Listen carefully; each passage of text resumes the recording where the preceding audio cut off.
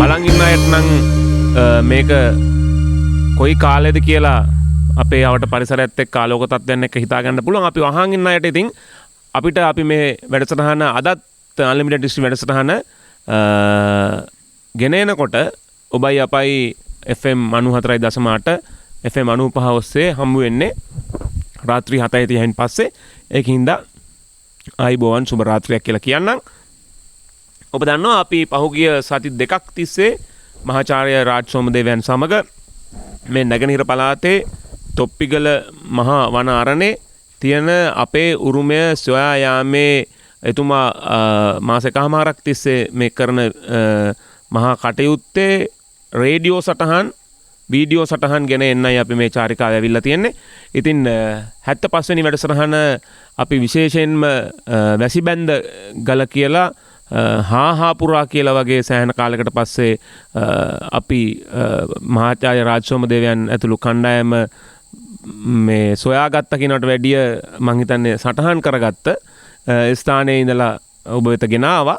දැන් මේ 76 වෙනි වැඩසටහනත් මං හිතන්නේ මේ ව්‍යාපෘතිය මේ වැඩසටහනේ මහාචාර්ය රාජ් සෝමදේවයන් කරගෙන යන අතිවිශේෂම තැනක්. එහෙකම ඉතාමත් සංකීර්ණ ඉතාමත් විශාල තැනක ඉඳන් තමයි අපි මේ ඔබත් එක්ක සම්බන්ධ වෙන්නේ, ඔබත් එක්ක කතා බහ කරන්නේ. ඒ තමයි ඔබ පහුගිය යුද සමයේ හොඳට අහලා පුරුදු නමක් ඇති නරක මුල්ල කියලා. ඒ නරක මුල්ල කියලා හඳුන්වපු ඒ කඳු වැටි ආශ්‍රිතව, ඒ ප්‍රදේශය ආශ්‍රිතව තැනක තමයි අපි ස්ථානගත වෙලා තියෙන්නේ. අපි මුලින්ම මේ වැඩසටහන ගෙන එනකොට දැන් මේ තොප්පිගල වන ප්‍රදේශය කියලා කිව්වනේ. හැබැයි අපි තොප්පිගල කියලා මවාගෙන හිටිය ගල ඇත්තටම තොප්පිගල නෙමෙයි. ඒක මොකද්ද කියලා අපි ඔබට සඳහන් කළා. හැබැයි මේ ප්‍රදේශයේම තමයි ඇත්ත තොප්පිගලක් තියෙන්නේ. අපි ඒ මොකද්ද කියලාත් කිව්වා. ඒ වගේම තමයි මහාචාර්යතුමනි මේ නරක මුල්ල කියන නමත්. ඔව්. ඇත්තෙන්ම නරක මුල්ල කියලා තමයි හුඟක් මේක ප්‍රසිද්ධ වෙලා තියෙන්නේ මේ ප්‍රදේශය. නමුත් ශ්‍රී ලංකා මිනින්දෝරු දෙපාර්තමේන්තුව විසින් මුද්‍රණය කරලා තිබෙන අඟලට 63300 පරිමාණයේ සිතියම දිහා බැලුවම ඒ සිතියමේ මේ ස්ථානය නම් කරලා තිබෙන්නේ නාරණ මුල කියන නමින්. ඉතින් නාරණ මුල කියන වචනය ඉංග්‍රීසි සිතියමකට පසු කාලයක ගිහිල්ලා තියෙනවා නරක මුල්ල කියලා. නමුත් ඒ වැරද්ද දැන් නව සංස්කරණයේදී මිනින්දෝරු දෙපාර්තමේන්තුව විසින් අලුත් සිතියම් වල නාරණ මුල කියන නමම යොදලා තියෙනවා. ඉතින් අපි කෙසේ වෙතත් අපි දන්නවා පසුගිය මේ රටේ තිබිච්ච ඒ කලබලකාරී වාතාවරණය පැවති කාලයේදී මේ නරක මුල්ල කියන ප්‍රදේශය ඊටාම සංවේදී ප්‍රදේශයක් හැටියටයි තිබුණේ.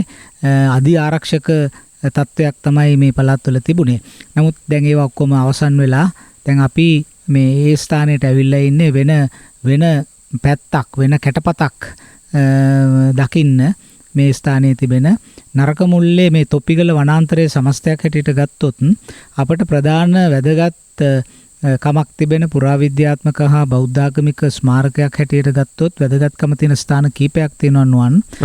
එයින් එකක් තමයි මේ නරක මුල්ලේ තියෙන මේ ස්ථානය. ඊටාම විශාල බෞද්ධ ආරාමයක්.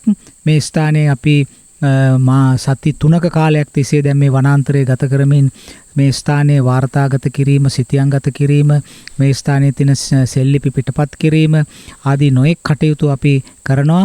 එකට 500 පරිමාණයේ සෙන්ටිමීටර 1ට සෙන්ටිමීටර 500ක පරිමාණයේ සැලැස්මක් අපි මේ මුළු ස්ථානයේම විස්තරාත්මක සිතියමක් අපි සකස් කරමින් ඉන්නවා. දැන් ඒ වැඩ කටයුතු අපි අවසන් කරා. දැන් දවස් දෙකකට උඩදී. ඉතින් මේ නාරණ මුල අපි කවුරුත් දන්න වචනයෙන් කියනවා නම් නරක මුල්ලේ තියෙන ප්‍රධාන බෞද්ධ විහාරයක්. ඒ වගේම තොප්පිගල වනාන්තරයේ මේ අවට තිබෙන තවත් ඒ වගේම වැදගත් තැනක් තමයි නෙළුගල කියලා හඳුන්වන්නේ. අපි තාම නෙළුගලට ගියේ නැහැ. නෙළුගලත් අති විශාල බෞද්ධ සංකීර්ණයක්. ඒ වගේම අපි පහුගිය වැඩසටහනේ ඉදිරිපත් කරපු වැසිබැන්දගල, එතන තියෙන බෞද්ධ ස්මාරකය. එතකොට මේ වගේ මුරුතාන කියලා තවත් ස්ථානයක් තියෙනවා. අපි ඒක ගවේෂණය කරන්න බලාපොරොත්තු වෙනවා, වාර්තා කරන්න බලාපොරොත්තු වෙනවා හෙට ඉඳලා. ඉතින් මේ කොහොම හරි අපි අද මේ වැඩසටහන කේන්ද්‍රගත කරන්නේ අපේ හිතවත් ශ්‍රාවකයන්ටත් අපි පැහැදිලි කරලා දෙන්න ඕන ගුවන්විදුලියට සවන් දෙන FM නාලිකාවට සවන් දෙන අපි මේ ඉන්නේ අපේ නවාතැනේ ඉඳලා කිලෝමීටර් 21ක් වනාන්තරය ඇතුළට ඇවිල්ලා ඝන වනාන්තරය මැද්දෙන් තමයි අපි ඉන්නේ. මේ අපි ආපු පාර කෙලින්ම ගියොත් එහෙම මේ මාදුරුවය අරලගංවිල පැත්තට යාවෙන්න පුළුවන්කම තිබෙනවා. ඉතින් අපි මාදුරුවයයි තොප්පිගලයි අතර මහ වනාන්තරය තමයි අපි මේ අවස්ථාවේ ගත කරන්නේ.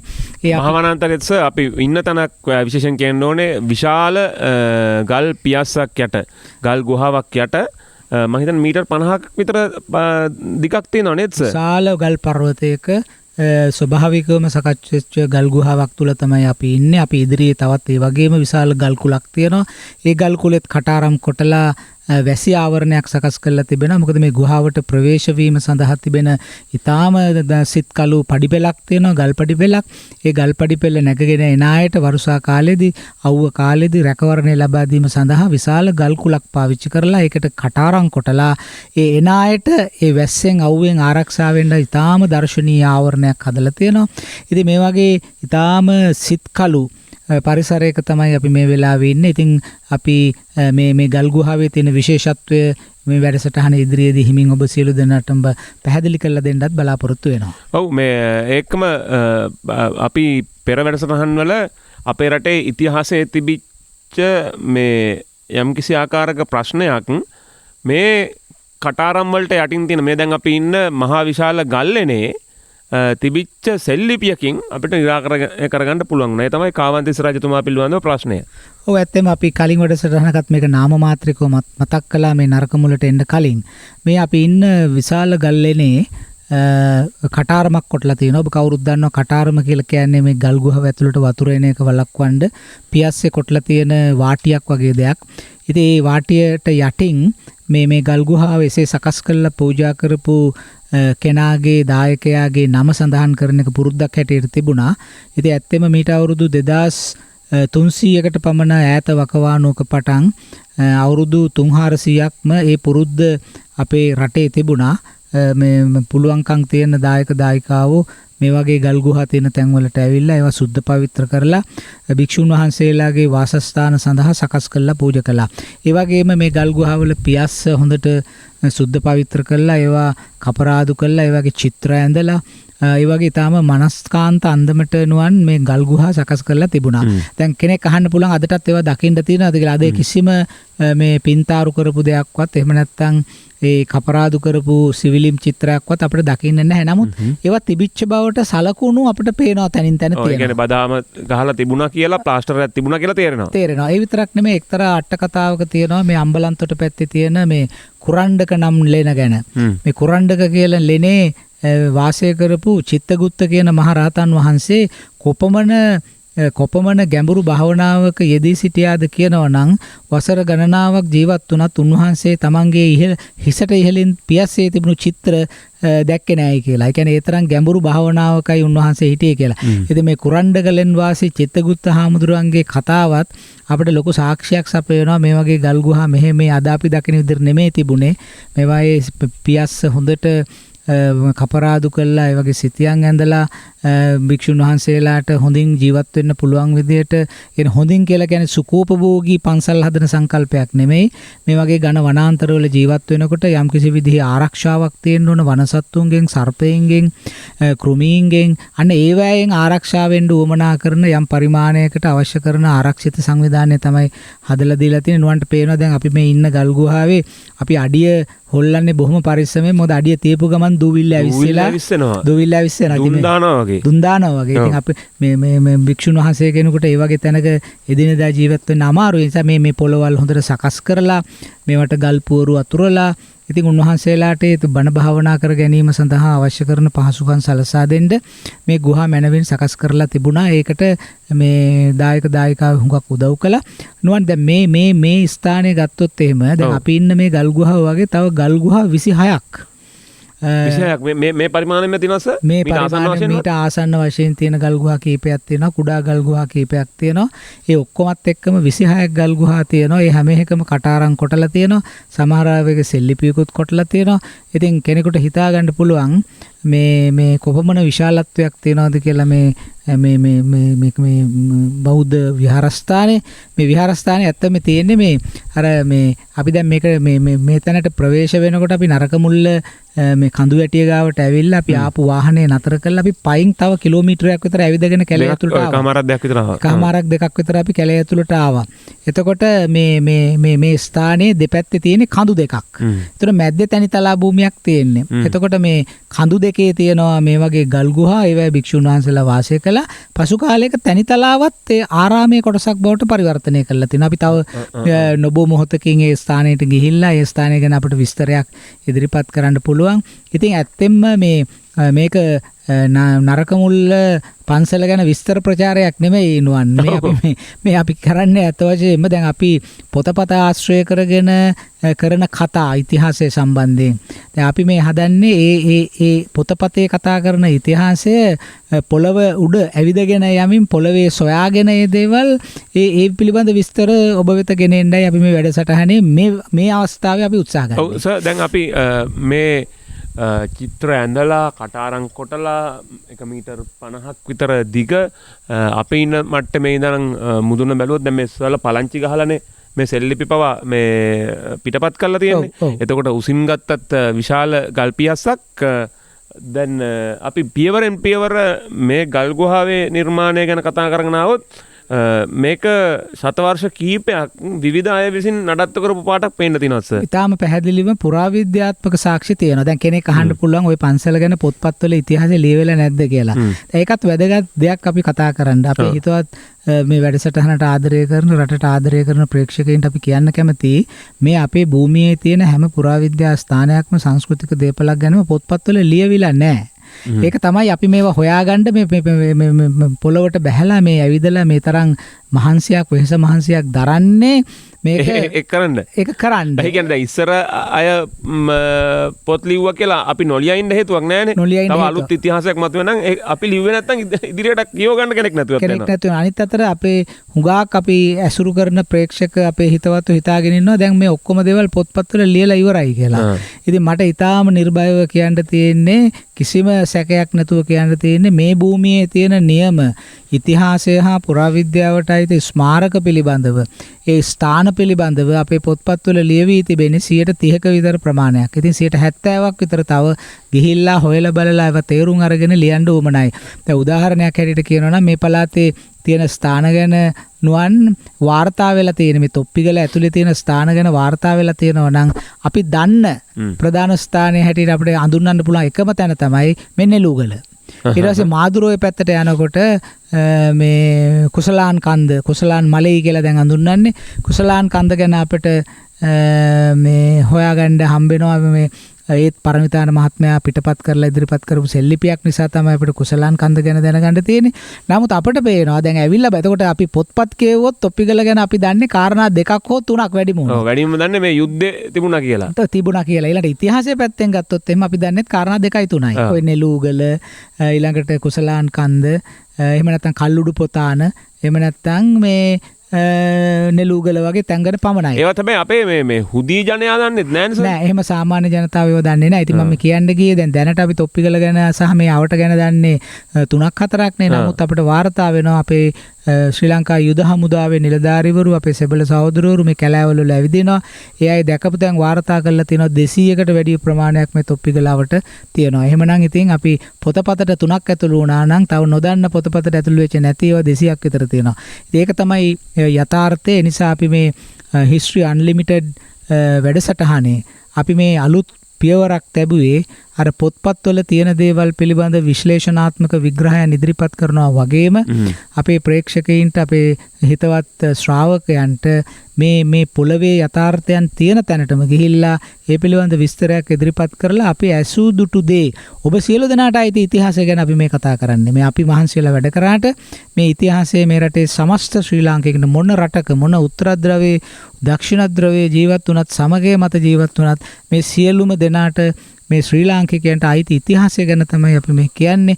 ඉතින් අද අපි මේ මේ ඒ කාර්යයේ වගකීම ඉෂ්ට කිරීමේ අරමුණෙන් තමයි අපි මේ අද නරක මුල්ල කියන ස්ථානයට ඇවිල්ලා මේ ස්ථානයේ තියෙන මේ පුරාණ විහාරය ගැන සජීවී විස්තරයක් අපි ඉදිරිපත් කරන්න කල්පනා කළේ. ඔව් සර්, දැන් අපි විහාරයෙන් විහාර ගෙට ඇතුල් වෙමු.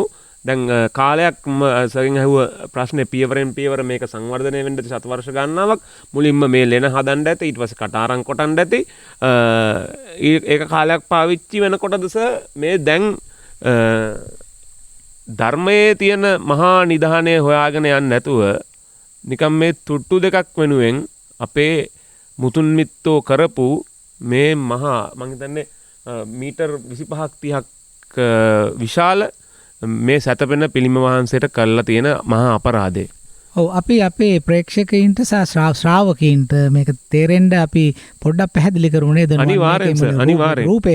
එතකොට මේකේ බොහොම මේ අර ඔබ කිව්වා වගේ මීටර් 20ක් 25ක් 30ක් විතර දිග ගල් ගුහාවක්. මේකට ඇතුළු වුණාම ඉස්සරහම තියෙන්නේ කටාරමක් කොටලා පියස්සේ. ඊට පස්සේ ඒකේ දිග සෙල්ලිපියක් තියෙනවා. අපි ඒ සෙල්ලිපිය ගැන තව මොහොතකින් ඔබට පැහැදිලි කරලා දෙන්නම්. ඊට පස්සේ මේ ගල් ගුහාවට ඇතුළු වෙනකොටම ඒ ඉස්සරහා තියෙනවා ගල් කණු කීපයක් ඒ ගුහාවේ ඇතුළේම වැටිලා. ඊට පස්සේ ගැඹුරටම ගියාම අපිට පේනවා මේ දිගැති හැඩේ ගඩොල් වලින් කරපු යම්කිසි ව්‍යුහයක්. ඒ වගේ මේක ඉස්සරහා සුදු පාට කෑලි මොනවද වැටලා තියෙනවා. ඉතින් අපි ළඟට ගිහිල්ලා බැලුවා මේක පේන දේ තමයි මේ සැතපෙන බුදුරජාණන් වහන්සේ කෙනෙක් තමයි මෙතන වැඩ ඉඳලා තියෙන්නේ. උන්වහන්සේගේ සිරුර කීතු වලට කඩලා දාලා අර ඔබ කිව්වා වගේ ධර්මයේ තිබෙන ගැඹුරු නිදානය හොයන්නේ නැතුව එදිනෙදා ජීවත් වෙන්න උවමනා කරන ආප්පයක් ඉන්දියාප්පයක් කන්න ඕන සල්ලි ටිකක් හොයාගන්න මේ පිළිම වහන්සේ කීතු වෙන්න විනාශ කරලා දාලා මේ තියෙනවා. උන්වහන්සේගේ ශ්‍රී පාද පද්මේ ගලවලා වෙන පැත්තක තියෙනවා. උන්වහන්සේගේ මූණ පැත්ත සම්පූර්ණයෙන්ම කුඩු කරලා දාලා තිනවා. දැන් වේහුඹස් බැඳලා ඒක උඩ. ඉතින් ඒ වගේ තැනක තමයි අපි මේ ඉන්නේ. එතකොට ඔබ කිව්වා වගේ මේ ගල් ගුහාවේ අපි මේ කරපු සරල විස්තරය යුග ගණනාවකට ආйти අපි එකට එක පැහැදිලි කරාට ඔබට මේ ගල් ගුහාවට එනකොට පේන පළමුවෙන්ම පේන දේ තමයි මේ කටාරම. මේ කටාරම අපිට තේරෙනවා මේ ගල් ගුහාවල මේ ගල් ගුහාවේ කටාරමේ කොටා තිබෙන ශිලාලේඛනය දිහා බැලුවම ඒකේ අකුරු ටික දිහා බැලුවම ඒක ක්‍රිස්තු පූර්ව 250ට 300ට විතර ඈතකට ගෙනියන්න පුළුවන්කම තියෙනවා. එතකොට ඒ කියන්නේ මීට අවුරුදු 1300කට කලින් 2300කට කලින් තමයි මේ ගල් ගුහාව සකස් කරලා භික්ෂුන් වහන්සේලාට පූජා කරලා තියෙන. ඒක එක අවධියක්. ඊට පස්සේ අපි ගල් ගුහාව ඇතුළට ආවම පේන්න තියෙන බුදුරජාණන් වහන්සේගේ මේ ප්‍රතිමාව නටබුන් වෙච්ච කඩාබිඳ දාපු ඒක ආйти වෙන්නේ ප්‍රතිමා ශෛලිය අනුව ක්‍රිස්තු වර්ෂයෙන් 7 වෙනි සතවර්ෂයට පමණ.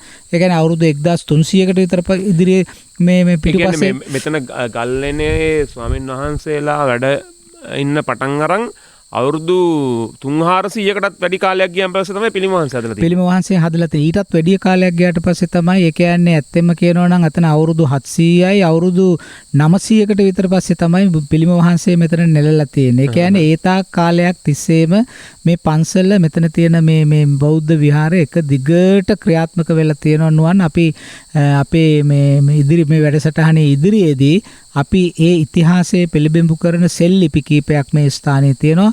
ඔබට කියන්න කැමති මේ ස්ථානයෙන් අපි සෙල්ලිපි දැනට පිටපත් කරලා තියෙනවා සෙල්ලිපි 16කට ආසන්න ප්‍රමාණයක්. ඒ කටාරම් ලිපි ගණනාවක් තියෙනවා. ඒ කියන්නේ විවිධ කාලවලට ආйти විවිධ තොරතුරු මේ ස්ථානයේ සහ මේ අවට ප්‍රදේශය ගැන ඒ ඉතිහාසයේ ගොඩනැගීමට අවශ්‍ය විවිධ තොරතුරු අපිට සපයා දෙන සෙල්ලිපි 16ක් අපි අලුත් ඒවා මීට කලින් පිටපත් කරලත් කවුරුවත් පිටපත් කරන්න ඇති ඇවිල්ලා නොඑක් අවස්ථාවල සෙල්ලිපි පිටපත් කරනවා. නමුත් ඒවා කියවලා අර්ථ දැක්වීම ටිකක් ප්‍රමාදයි. ඒක ටිකක් නෙමෙයි, ඒක සෑහෙන ගැඹුරු ශාස්ත්‍රීය කටයුත්තක් නිසා. ඉතින් අපි මේ සැරේ ඒක සෙල්ලිපි 16ම පිටපත් කළා. ඒ 16න් සැලකිය යුතු ප්‍රමාණයක් දැන් අපි කියවලත් අවසන්. ඉතින් අපි තව මාසයක් ඇතුළත මේවා ඔක්කොම සංස්කරණය කළා. අපි මේ කරන වැඩේ අවසන් වාර්තාව අපි වගකීම් යුතු තැන් වලට ඉදිරිපත් කරන්න සූදානම් කරලා තිබෙනවා. එතකොට මේ ගල් ගුහාවම අපිට සපයනවා සාක්ෂි මේ පන්සල අඩුම තරමේ අවුරුදු 1000ක පමණ කාලයක් එක දිගට මහජනයාගේ ගෞරවයට පාත්‍ර වෙලා වන්දනාවට පාත්‍ර වෙච්ච තැනක් කියන කාරණේ. ඒකෙන් අපිට තවත් කාරණයක් කියනවා. ඒ ආගමික අර්ථයට අමතරව මේ තොප්පිකල මහවනාන්තරය තුල මෙවැනි බෞද්ධ ආරාමයක් නඩත්තු කරන්න නම් ජනාවාස තිබිය යුතුයි. එහෙමනම් මේ පන්සල අවට සැලකිය යුතු ප්‍රමාණයේ ජනාවාස ප්‍රමාණයක් තියෙන්න ඕන. මේක මේ මහා විශාල විහාරයක් නේ සර්. මේක විශාල විහාරයක් අඩුමතරම සංකීර්ණයක්. මේකට දාන ලැබෙන්න ඕනේ. ස්වාමීන් වහන්සේලා විශාල ප්‍රමාණයක් නඩත්තු වෙන්න ඕනේ. ඔව්. එතකොට මේ සමාජයෙන් වියුක්ත වෙලා ඈත ගව් ගානක් දුරින් තිබ්බ මේක කරගෙන යන්න බෑනේ සර්. බෑනේ. දැන් අපි මේ ඔබට මම මොහොතකට කලින් කිව්වා මෙතන ගල් ගුහා 26ක් තියෙනවායි කියලා භික්ෂුන් වහන්සේලා වාසය කරපු කටාරම් කොටපු ගල් ගුහා 26ක් තියෙනවා. ඒක එක භික්ෂුන් වහන්සේ කෙනෙක් ගාන වැඩ හිටියත් එතන 20 ගානක් ඉන්නවනේ. 26ක් ඉන්නවනේ. නමුත් අපේ පොත්පත්වල සහ අපේ සෙල්ලිපිවලම තියෙනවා මේ වගේ ආරාමවල හිටියා සද්දි විහාරික කියලා එක්කෙනෙක්. ඒ කියන්නේ ප්‍රධාන ස්වාමින් වහන්සේට අමතරව සද්දි විහාරික. සද්දි විහාරික කියලා කියන්නේ උන්වහන්සේත් එක්ක ජීවත් වෙන තවත් භික්ෂුන් වහන්සේ කෙනෙක්. ඒතර තවත් සෙල්ලිපිවල හා පොත්පත්වල තියෙනවා අන්තේවාසික කියලා වචනයක්. ඒ කියන්නේ උදව්පදව් කරන්න ඔය ඇබිත්තයෝ කියලා අපි කියන්නේ. ඒ වගේ උදව්පදව් කරන්නත් ආයෙ හිටියා. එතකොට 26 දෙනෙක් සඳහා අපි අඩුම ගානේ තව 15 දෙනෙක් වැඩිපුර හිටියයි කියලා උපකල්පනය කරොත් එහෙම අපිට තේරෙනවා 36යි 5යි 41 දෙනෙක් මේකේ නිරන්තරයෙන් වාසය කරනවා. එතකොට දිනපතා 41 දෙනෙක් සඳහා ආහාර ජලය සහ ආවතේව කරන්න දැන් උපාසක උපාසිකාවොත් ඉන්න මේ උපාසිකාවගේ සත් උපාසකයෝ ඉන්න ඇති නේ මේ උද්‍යාන බාරකාරය මේවා ලස්සනට තියාගන්න අය ඉන්න ඇති. ඉතින් එහෙම බැලුවහම දවසකට 50කට අධික සංඛ්‍යාවක් නඩත්තු කරන්න සිද්ධ වෙනවා මේ පන්සලේ හිටපු. එහෙමනම් එවැනි පිරිසක් නඩත්තු කරන්න නම් ඊටාම ශක්තිමත් ජනාවාස පද්ධතියක් තියෙන්න ඕන. ඒ ජනාවාස පද්ධතිය අද මිනිස්සු නැති වුණාට අපිට පේනවා මේ හතර වටේ තියෙන වැව් වල ප්‍රමාණය. ඉතින් මේ හැම වැවක්ම ගමකට සම්බන්ධයි. ඉතින් ඒ වැව් තමයි ඒ ගම් පෝෂණය කළේ. ඒ ගම් තමයි මේ වගේ බෞද්ධ විහාරාරාම පෝෂණය කළේ. මේක පද්ධතියක් වගේ. ඉතින් මං හිතනවා මේවා දැන් කැලේට වැදිලා තියෙන්නේ. අපි අහන ප්‍රශ්නය තමයි ඉතින් ඇයි මේවා අපේ රටේ මහජනතාවට ආශ්‍රය කරන්න අපි අවස්ථාවක් හදලා දෙන්නේ නැත්තේ? මොකද මේවා වල් වැදිලා තියෙන කම්ම නැවත නැවතත් ස්වභාව ධර්මයේ අකාරුණික භාවයට ගොදුරු වෙලා විනාශ වෙන්න පුළුවන්. ඒ ASCII මිනිස්සුත් ඇවිල්ලා මේවා රහසිගතව තියෙන නිසා මේවා විනාශ කරනවා. නමුත් මේ ස්ථානවලට සැදැහැති අයට, කැලෑවට ආදරය කරන අයට, නිශ්චලභාවයට ආදරය කරන අයට හිමින් සැරේ මේවට පියමැනලා මේ වගේ රසය විඳලා නිසංසලේ ඉඳලා යන්න අවස්ථාවක් අපි හදලා දෙනවා නම් මම හිතනවා ඒවා අපේ රටේ මහජනතාවටත් අපි කරන සේවයක්. මේවා ආරක්ෂා කර ගැනීමටත් අපි යොදන උපක්‍රමයක් හැටියට ඒක සලකන්න පුළුවන් වුණා. ඔව් සර් දැන් මෙතන සතපෙන පිළිම වහන්සේ නමක් සහ විශේෂයෙන් මේ නිකන් කට්ට ටිකක් කපලා තියෙනවා සර් මේ කටාරමට පොඩ්ඩක් පල්ලෙහාන්. ඒක මොනවද සර්? ඔව් අපිට පේනවා නුවන් අපි කිව්වා එනකොටම ගල් කණු කීපයක් වැටිලා තියෙනවා කියලා බිම වැටිලා තියෙනවා කියලා. ඒ කියන්නේ හතර ගාතෙන් තියෙනවා ගල් කණු කීපයක්. ඉතින් ඇත්තෙම මේ බුදු පිළිමේ හදපු කාලේ මේක පිළිම ගෙයක් බවට පරිවර්තනය කරලා තියෙනවා. මේ ගල් කණු රැඳවීම සඳහා තමයි පියස්සේ කුඩුම්බි කපලා තියෙන්නේ. ඒවා උතර හොඳටම පේන්න තියෙනවා. ඒ නිසා මේ ගල් ගුහාව නැවත පිළිම ගෙයක් බවට පරිවර්තනය කරන්න පුළුවන් නම් අපිට ඒ සඳහා ඕනෑතරම් පුරාවිද්‍යාත්මක සාක්ෂි තියෙනවා. හැබැයි එකම දේ තියෙන්නේ මෙවැනි කාර්යයකට අත ගැසීමට නම් අපිට කාගේ හරි සහයෝගයක් අවශ්‍යයි. ඔව් විශාල මුදලක් අවශ්‍ය වෙයි. දැන් ඔබට අපි පෙන්වන්නම් මේ ඔබ අනුරාධපුරයේ හරි පොළොන්නරුවේ හරි ගියාම දකින්න ගල් කණු වගේම ගල් කණු විශාල ප්‍රමාණයක් මේ වගේ බිම පත්ත වෙලා තියෙනවා. අනුරාධපුරයේ පොළොන්නරුව දැන් දැක්කට මෙහෙම මීට සියවසකට කලින් ඒවැය තිබිච්ච ගල් කණුත් තිබුණේ මෙහෙම තමයි. ඒවා අපේ නාරංවිට ස්වාමීන් වහන්සේ ඊට පස්සේ විවිධ ව්‍යාපාර විසින් බෞද්ධ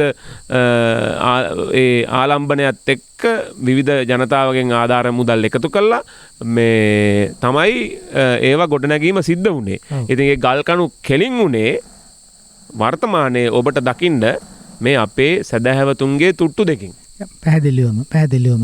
ඉතින් ඒ නිසා අපි කාටත් අපි මේ රටට ආදරය කරනවා නම් මේ රටේ සංස්කෘතියට ආදරය කරනවා නම් ඒ වගේම අපි අපේ බුදුරජාණන් වහන්සේගේ ධර්මය මේ රටේ පවත්වාගෙන යන්න අපිට සැබෑ වුමනාවක් තියෙනවා නම් මම හිතන්නේ අපි කළ යුත්තේ අපේ අනාගත පරම්පරාව වෙත මේවා පවරා දීම සංස්කෘතික දේපල කළමනාකරණය කියලා කියන්නේ ඒකයි. ඒ නිසා අපි රජයෙන් සියලු දේවල්ම කරනකම් බලාගෙන ඉන්නේ නැතුව අපි දන්නවා මේක ඊටාම දුෂ්කර අවස්ථාවක්. ඉතින් අපිට පුළුවන්කමක් තියෙනවා නම් අපේ ශක්ති ප්‍රමාණයෙන් කවදා හරි දවසක අද හෙට නෙමෙයි අපිට පුළුවන් නම් මේවා ප්‍රතිසංස්කරණය කරගන්න මේවා නැවතත් වඳින්න පුදන්න සකස් කරගන්න කාගෙත් සහයෝගය ලබා ගන්න පුළුවන් නම් මම හිතනවා මේවා සජීවීකරණය කරන්න අපිට හුඟක් පහසු වෙයි කියලා මේ උරුමය. ඔව් මේ රජයක් තමයි මේ සියල්ලම බාරව ඉන්නේ. රජයක් බාරව ඉන්නේ ඔබ අපි. රජයක් ඇවිල්ලා ජනතාවගේ මේ ජනතාව තමයි රජයන් බිහි කරන්න හැරි රජයන් අලුතෙන් පත් කරන්න හැරි. ඒකින් හින්දා රජය අවසානයේදී සිද්ධ කරන්නේ මහ ජනතාවගේ අපේක්ෂාවන් වෙන්න ඕන එක වෙනවද නැද්ද කියන එක අපි වෙනම කතා කරමු. හැබැයි ජනතාව හැටියට මේ ඔබ මේක යළිත් ප්‍රතිස්ථාපනය කරන්න මේ මහා විහාර සංකීර්ණය නැවත ගොඩනගන්න උදව් වෙනවා කියලා කියන්නෙම මේ රජයක් කරන්න ඕන කාර්යය ජනතාව කරන්න ඕන කාර්යයද කියලා බෙදා හදා ගන්න එපා. අවසානයේදී කවුරු කළත් මේ රටේ ජනතාවගේ අතින් තමයි මේවා වෙන්න ඕනේ. ඒවා වෙන්න ඕනේ. ඔව් ඒකින් හින්දා ඔබට අපට පැහැදිලිම වගකීමක් තියෙනවා. ඒකින් අනන්තවත් ව්‍යාපාර බිහි වෙනවා. අපේ තරුණ තරුණියෝ ඒවට මූලිකත්වය ගන්නවා. ඉතින් අපේ මහාචාර්ය රාජ් සෝමදේවයන් ඇතුළු පිරිස තව සති 3කින් විතර මේ සියලුම සිතියන්ගත කටයුතු ඉවර කරයි. සති 3ක් යන්නේ නැහැ. තව සතියකින් හමාරකින් වගේ ඉවර කරයි. ඊට පස්සේ මේ වාර්තාවන් මේ අදාළ අංශ වලට යනවා. ඒ වාර්තාවන් අදාළ අංශ වලට ගිහිල්ලා ඒව ක්‍රියාත්මක වෙනකන් ඉන්න ඕනෙත් නෑ. ඔබට පුළුවන් මේ නිසි අවසරය අරන් ඕනනම් මෙතනට ඇවිල්ලා බලන්නත් පුළුවන්. නැත්නම් අපේ වැඩසටහනේදී අපි ඔබට මේ සියලුම දේවල් පෙන්නනවා. අපේ net fm Facebook අඩවියේ මේවා ඡායාරූප පළ වෙනවා. ඇති තරම් උපුට ගන්න. අපි සමහරලාට සමහර දේවල් උපුට ගන්න එපා කියනවනේ. අපි කියන්නේ මේවා අපිට අපි කියන්නේ කරන්නේම මේවා වීඩියෝ පළ කරන්නේම ඔබට උපුට ගන්න තමයි. ඉතින් ඒවා උපුට ගන්න උපුටු අරගෙන මේ සඳහා වැඩසටහනක් ව්‍යාපාරයක් ගොඩනගන්න නේද සර්? ඔව් ඒක තමයි අපේ සම්පූර්ණ බලාපොරොත්තුව. ඉතින් ඒ නිසා මම හිතනවා මේ නරක මුල්ලේ මේ අපි මේ ගේන වැඩසටහන අපි ඔබට අපි දීර්ඝ කාලයක් තිස්සේ History Unlimited වැඩසටහන හරහා අපේ ඉතිහාසය ගැන අපි කතා කරා විශ්ලේෂණාත්මකව. ඉතින් අද අපි ඔබට නිරාවරණය කරනවා ඒ ඉතිහාසයට අයිති ස්ථානයක නියම ස්වරූපය දැන් පවතින ස්වරූපය. ඉතින් ඒ නිසා ඔබ මේ තරම් කාලයක් අපි එක්ක රැඳිලා හිටියා වගේම ඔබ මේ අවස්ථාවේදීත් අපි මේ නරක මුල්ලේ බෞද්ධ ආරාමය පිළිබඳ කියන විස්තරය හරහා නැවත මේ බෞද්ධ විහාරයේ ප්‍රතිසංස්කරණය කිරීමට ඔබ කල්පනා කරනවා නම් ඒක කළ යුතු ජාතික මෙහෙවරක් කියලා අපි ඉතින් සාදර සිතින් ආරාධනා කරනවා. ඒ අදහස අපි සමග බෙදා හදා ගන්නයි කියලා. ඔව් ඒ අපිට අපි පළ කරලා තියෙන සම්බන්ධතාව ඔස්සේ ඔබට පුළුවන් නැත්නම් අපි විවිධ ආකාරයෙන් සම්බන්ධ කරගන්න පුළුවන්. ඔය කොයි ආකාරයෙන් හරි මේකට අපි මුල පුරමු. එතකොට ඒ අවශ්‍ය අංශවල සහයෝගයත් අපි ලබා ගමු.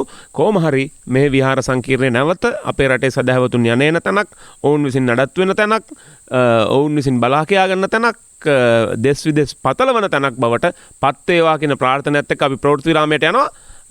විරාමයේ අතරතුර අපිට කතා කරන්නත් පුළුවන් ඔබට 0112553363 0112553363 වගේම අපේ Facebook අඩවියට අපේ YouTube නාලිකාවේ Unlimited History වැඩසටහන හොයලා ඒ වැඩසටහන පල්ලෑනුත් ඔබට කමෙන්ට් එකක් විදියට මේ ස්ථානය ගැන ඔබට කරන්න පුළුවන් උදව්පදව් ගැන අපිට කමෙන්ට් කරන්න කියලා ආරාධනාවත් එක්ක අපි යම් ප්‍රවෘත්ති විරාමයෙන් පස්සේ නැවතත් අපි නරක මුල්ලට එනවා හොඳ වැඩක් කරන්න.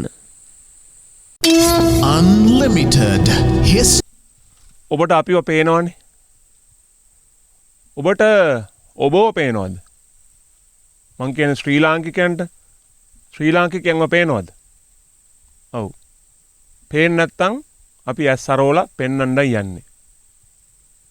මේ අපේ රටේ ඉන්න ජ්‍යෙෂ්ඨම පුරාවිද්‍යා මහාචාර්යවරයෙක් වන රාජ් සෝමදේවයන් එක්ක මම මේ ඉන්නේ ලිඳක් ගාව කියලා ඔබට හිතෙන්න පුළුවන්.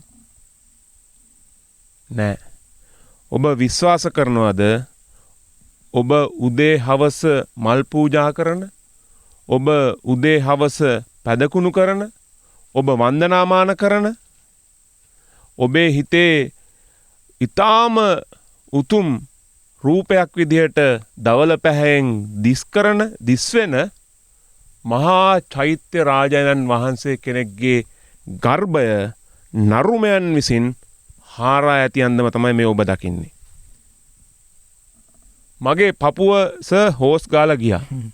හැබැයි සර්ගේ පපුව මේ වගේ සිද්ධි අනන්තවත් දැකලා මන් දන්නේ දැන් නිර්වින්දනය වෙලාද කියලා. හැබැයි මම ඔබතුමාගේ හදවත දන්නේ හින්දා මන් දන්නවා කවදාවත් එහෙම වෙන්නේ නැහැ. මම දැක්ක මහාචාර්යතුමා මෙතෙන්ට ආවම මහාචාර්ය රාජ් සෝමදේවයන්ගේ ඇස් නලියනවා. මෙතුමා ලේසියෙන් තරහා යන්නේ නැහැ. හැබැයි මේක මෙච්චර දැකලත් ආය දකින්නකොට ඇස් නලියනවා. සර් කියන්න බලන්න අපිට මේ මොකද්ද තැන කියලා? මේ අපි ඉන්නේ දැන් අපි ඉස්සෙල්ලා අපේ ප්‍රවෘත්ති විරාමයට කලින් අපි කතා කරා මේ නරක මුල්ලේ ගල් ගුහාවක් ගාව අපි ඉඳගෙන කතා කළා. දැන් අපි මේ ගල් ගුහා තියෙන කඳු වැටියෙන් පොඩ්ඩක් නිම්න තැනිතලාවට බැහැලා ඇවිදගෙන එනකොට මේ ස්ථානයේ තිබුණු පුරාණ විහාරයට අයිති ස්තූපයක් තියෙනවා. මේ ස්තූපය ගාව තමයි අපි මේ ඉන්නේ. මේ ස්තූපය සාමාන්‍යයෙන් අද නටබුන් වෙලා තියෙන කොටත් පොළවේ ඉඳලා මීටර 12ක් විතර උසට ඉතුරු වෙලා තියෙනවා ගඩොල් ගොඩ නැගිල්ල. මේ ඉතින් මේ ස්තූපය නිදන් හොරුන් විසින් මේ මෑත කාලේ මේක විනාශ කරලා තියෙන ආකාරය තමයි මේ අපේ YouTube නාලිකාව දකින අයට නම් පේන්නේ. ඉතින් අපේ ශ්‍රාවකයන්ට අපි පැහැදිලි කරන්න ඕන මේ චිත්‍රය මවන්න ඕන සර්. මේ ගඩොළු ස්තූපයක් ඔබ අපි මේ ඉන්නේ ගඩොළු ස්තූපයක් පොළවේ සිට මීටර් 12ක් පමණ උසයි. ඒක දැන් පස් ගොඩල්ලක් හැටියට තමයි පේන්නේ. මේක එක පැත්තකින් ඒ කියන්නේ නැගෙනහිර පැත්තට වෙන්න මේ ස්තූපය කඩාගෙන සාමාන්‍ය මීටර 1.5ක විතර පළල අගලක් ස්තූපය ඇතුළට හාරලා තියෙනවා. හාරලා ස්තූපයේ මැද්දට ඇවිල්ලා අඩි සාමාන්‍යයෙන් අඩි 10ක් විතර විශාල වලක් ගැඹුරු වලක් හාරලා තියෙනවා. මේ ස්තූපයේ කොල්ලකණ්ඩ මේ ස්තූපයේ නිදන් වස්තු තියෙනවා කියලා හිතලා ඒක හාරලා විනාශ කරලා තියෙනවා. ඉතින් ඇත්තෙන්ම අපිට මේ පේන්නේ නුවන් මේ අපි ඉන්න තැන තියෙන සෑම ගඩොලක්ම ඊටාම බැතිබරව අපේ උපාසක උපාසිකාවෝ මේ තමන්ගේ ශ්‍රද්ධාමත් අතින් පූජා කරපු ගඩොල් තමයි මේ තියෙන්නේ. ඒ ශ්‍රද්ධාව කැටි කරලා ගොඩනගපු බෞද්ධ ස්මාරකයක් තමයි මේ තියෙන්නේ. අපිට පේනවා වර්තමානයේ කොයිතරම් දුරට මේ අදම ක්‍රූර තත්වයට පත් වෙලා තියෙනවද කියන එක මේ වගේ වටිනා සංස්කෘතික ස්මාරක මේ විදිහේ නිර්දය ලෙස මේ වස්තු තණ්හාවට කරන නිර්දය මේ දේවල් හැටියට මේ විනාශ කරලා තියෙන හැටි කෙනෙකුට කියන්න පුළුවන් ආපහු හදන්න පුළුවන් කියලා. නමුත් අපි පුරාවිද්‍යාවේ දන්න දෙයක් තමයි පුරා වස්තුවක් විනාශ කළාට පස්සේ ඒ පුරා වස්තුවට නැවත කිසිසේත් මේ පැරණි ජීවය අපිට ලබා දෙන්න පුළුවන් කමක් නැහැ කියන එක. ඉතින් අපි අර ඉස්සෙල්ලා නරක මුල්ලේ ගල් ගුහාවේ අභියස ඉඳගෙන අපි කතා කරා ඒ ගල් ගුහාව පිළිමකයක් බවට පත් කරපු හැටි ඒ මීට අවුරුදු 2300කට වඩා ඉහළ කාලයකදී. ඉතින් නුවන් දැන් මේ බලන අයට සහ අහන අයට කල්පනාවට එනවා ඇති මේ ස්තූපය කොයිතරම් පැරණිද කියලා. ඇත්තෙම මේ ස්තූපය ඉදිකරන්න ඇත්තේ මීට අවුරුදු 1400කට පමණ 1400කටත් වැඩි අපිට දැන් ලැබිලා තියෙන සෙල්ලිපිවල අනුව මේ ස්තූපය අවුරුදු 1600කට පමණ පිට කාලයකදී ඉදි කරපු ස්තූපයක්. ශිලාලේඛන අපිට තියෙනවා අවට ඒ අකුරු පෙන්වනු කරන මේ විහාරය ගැන සඳහන් කරලා තියෙනවා. ඉතින් පහුගිය අවුරුදු 1600ක පමණ කාලය තුල සියලු දෙනාගේම වන්දනාවට පාත්‍ර වෙච්ච මේ විහාරයේ ප්‍රධාන ස්තූපයට මේ අද වර්තමානයේ මේ යුද්ධෙනුත් පස්සේ මේ යුද්ධෙනුත් 2009න් පස්සේ මේ වෙලා තින්නේ. 2009 යුද්ධේ නිමා වුණාට පස්සේ මේ ස්ථාන කොල්ල කාලා තියෙන නිර්දය ආකාරය අපිට මවිතේ දනවනවා. එක පැත්තකින් මෙහෙම කෙනෙකුට මේ වගේ දේවල් කරන්න පුළුවන්ද කියලා මේ අපිට තේරෙන්නේ නැහැ. සමාජයේ මේ තරම් න්‍යාය යාමකට ලක් වෙලා තියෙනවද කියලා. ඒ නිසා මම මේ අවස්ථාවේ කියන්න කැමතියි මේ සංස්කෘතික දේපල අපි මනවින් කළමනාකරණය කර ගැනීම අවශ්‍යයි. මේ කළමනාකරණය කරගන්න නම් මේ මහා වනල හැබවල් වල තියෙන මේ වගේ ගඩොළු ස්මාරක වෙන්න පුළුවන්, ගල් ස්මාරක වෙන්න පුළුවන්, වෙනත් ආකාරයේ ස්මාරක වෙන්න පුළුවන්. මේවා තියෙන තැන් වලට ඇවිල්ලා මේවා මුහුණ දෙන ගැටලු අවබෝධ කරගෙන පොළවේ පය ගහලයි අපි මේ කටයුතු කළමනාකරණය කරන්න කටයුතු කළ යුත්තේ කියලා මේ වෙලාවේ අපි සඳහන් කරන්න ඕනේ. ඒ නිසා අපි කොළඹට වෙලා ඉඳගෙන අපි කාමර වලට වෙලා ඉඳගෙන පොත්පත් පෙරලාගෙන මේ රටේ මෙවැනි වටිනා සංස්කෘතික උරුමයන් කළමනාකරණය කරන්න සිහිනමවන එකෙන් අපිට කිසිදු යථාර්ථයක් පසක් කරගන්න පුළුවන් වෙයි කියලා මම කවදාවත් හිතන්නේ නැහැ. ඒ නිසා භූමියේ යථාර්ථය තමයි මෙතනදී වැදගත් වෙන්නේ කියන එක මම සඳහන් කරන්න ඕන නුවන්. ඔව් සර් දැන් මේ බලන්න මේ ජනිත් චුට්ටක් ඉස්සරහට එන්න පුළුවන් නම් මේ කොච්චරන සංකීර්ණ ගොඩනැගිලි ක්‍රමයක්ද පාවිච්චි කරලා තින්නේ. මේ දැන් මේ ගර්භය ගලින් ගල ගඩොල් ලක්ෂයක් දෙකක් තියලා එකින් එකට මීට අවුරුදු 1600කට කලින් අපේ ආදි මුතුන් මිත්තෝ කොච්චර වෙහෙස මහන්සියක් කරන් බැඳලා ඇද්ද සර් මේ බිත්ති. ඉතින් ඒක තමයි අපේ මේ ස්මාරක වඳින්න පුදන්න පමණක් නෙමෙයි මේවා එකාතකින් අපට ඓතිහාසික දැනුම ලබා දෙන සුවිශේෂී ස්මාරක. මේවා තුල කිඳා බැහැලා තියෙන අපේ විද්‍යාව, අපේ තාක්ෂණය, ඒ වගේම අපි කල්පනා කරපු කලාත්මක ආකාර. දැන් මේ ස්තූපය ගොඩනගලා තියෙන්නේ වටකුරු මළුවක. ඉතින් අපිට සාමාන්‍යයෙන් වෘත්තාකාර මළු, වටකුරු මළු පිළිබඳ අත්දැකීම ඊටම හිගයි මේ ස්තූප සම්බන්ධයෙන් කතා කරනකොට. ඉතින් කළුගල් පාවිච්චි කළා ස්තූපේ වටේට යන වටකුරු විදිහට විහිදෙන වෘත්තාකාර බැම්මක් බැඳලා ඒක ගොඩ කරලා පිහිටි පොළවේ ඉඳලා මීටර 1.5ක් පමණ උසට ඒ බැම්ම හදලා ඒ බැම්ම පුරවලා තමයි මේ දර්ශනීය මළුව හදලා තියෙන්නේ. අපිට පේනවා තැන් වල විශාල ගඩොල් විසිරී තිබෙනවා මේ නිදන් හොරුන් විසින් කරලා තියෙන මේ ව්‍යසනයෙන් පස්සේ. ඒ වගේම සිරිපතුල් ගල්, ඒ වගේම මල්ලාසනවල කොටස් තැන් වල විසිරලා තියෙනවා. සමහර තැන් වල මල්ලාසන කඩලා දාලා තියෙනවා. මේ නිදන් හැවීමේ වියරු වැටීමේ ප්‍රතිඵලයක් හැටියට. ඒ නිසා අපි ඊටාම මේ අපේ හිතවත් ශ්‍රාවකීන්ටත් අපි ඊටාම කරුණාවෙන් ඉල්ලා සිටින්නේ මේ නිදන් පිළිබඳ මිත්‍යාව ඔබගේ දරුවන්ට අයිති වෙන්න තියෙන මේ වැදගත් සංස්කෘතික දේපල ඔවුන්ගේ ඇස් වලින් මුළුමනින්ම ඉවත් කරලා දාන්න මේ ඉඩකඩ බොහොමයි. ඒ නිසා මේවා මේ විදිහට විනාශ කරන එකට ඒ විනාශ කිරීම සම්බන්ධයෙන් රටේ සියලුම පුරවැසියන් ඊටම හොඳින් අවබෝධ කරගන්න ඕන මේක නිෂ්ඵල ක්‍රියාවක්. මේ ස්තූපය හැරීමෙන් සිද්ධ වෙලා තියෙන මේ ස්තූපය අවුරුදු දහස් ගණනක් වන්දනාවට පාත්‍ර වෙච්ච අපේ අදහස් සුදහස් චින්තනයේ සැඟවී තිබුණු මේ ස්මාරකය අපේ ජාතියට අහිමි වීම පමණයි. අපට උවමනා නම් පුරාවිද්‍යාවේ දැන් මේක නැවත තහවුරු කරන්න පුළුවන්, සංරක්ෂණය කරන්න පුළුවන්. නමුත් එහි නියමාත්මය අපිට මේ ස්තූපයට ලබා දෙන්න පුළුවන් කමක් කවදාකවත් ඇති වෙයි කියලා මම හිතන්නේ නැහැ නුවන්. ඔව් සර් අපි මේ පසකට වෙලා අපේ සාකච්ඡාව ඉදිරියට ගෙන යමු.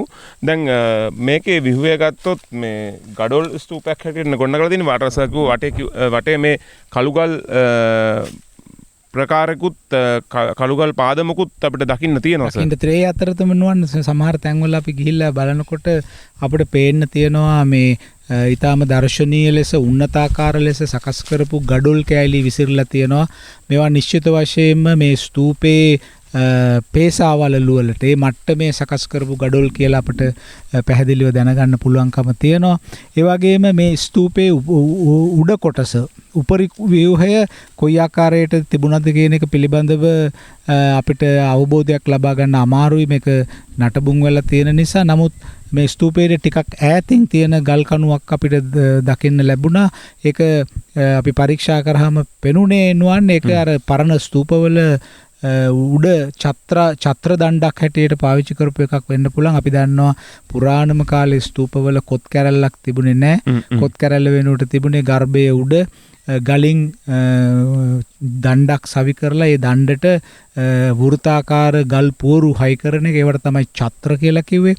ඉතින් ඒ ඡත්‍ර ගැන සෙල්ලිපිවලත් සඳහන් කරලා තියෙනවා. නොඑක් ස්තූපවල තිබිච්ච පඨම ඡත කියන වචනේ දැන් ප්‍රථම ඡත්‍රය කියන එක නුවන්. ඒ කියන්නේ ඡත්‍ර කීපයක් රජවරු කීප දෙනෙක් විසින් ඒ විහාරවලට ඡත්‍ර පලඳලා තියෙනවා. ඉතින් මේ විදිහට බලනකොට මේ ස්තූපයත් අපිට පේනවා ඒ වගේ ඡත්‍රයක් පලඳලා තියෙන්නේ නැති.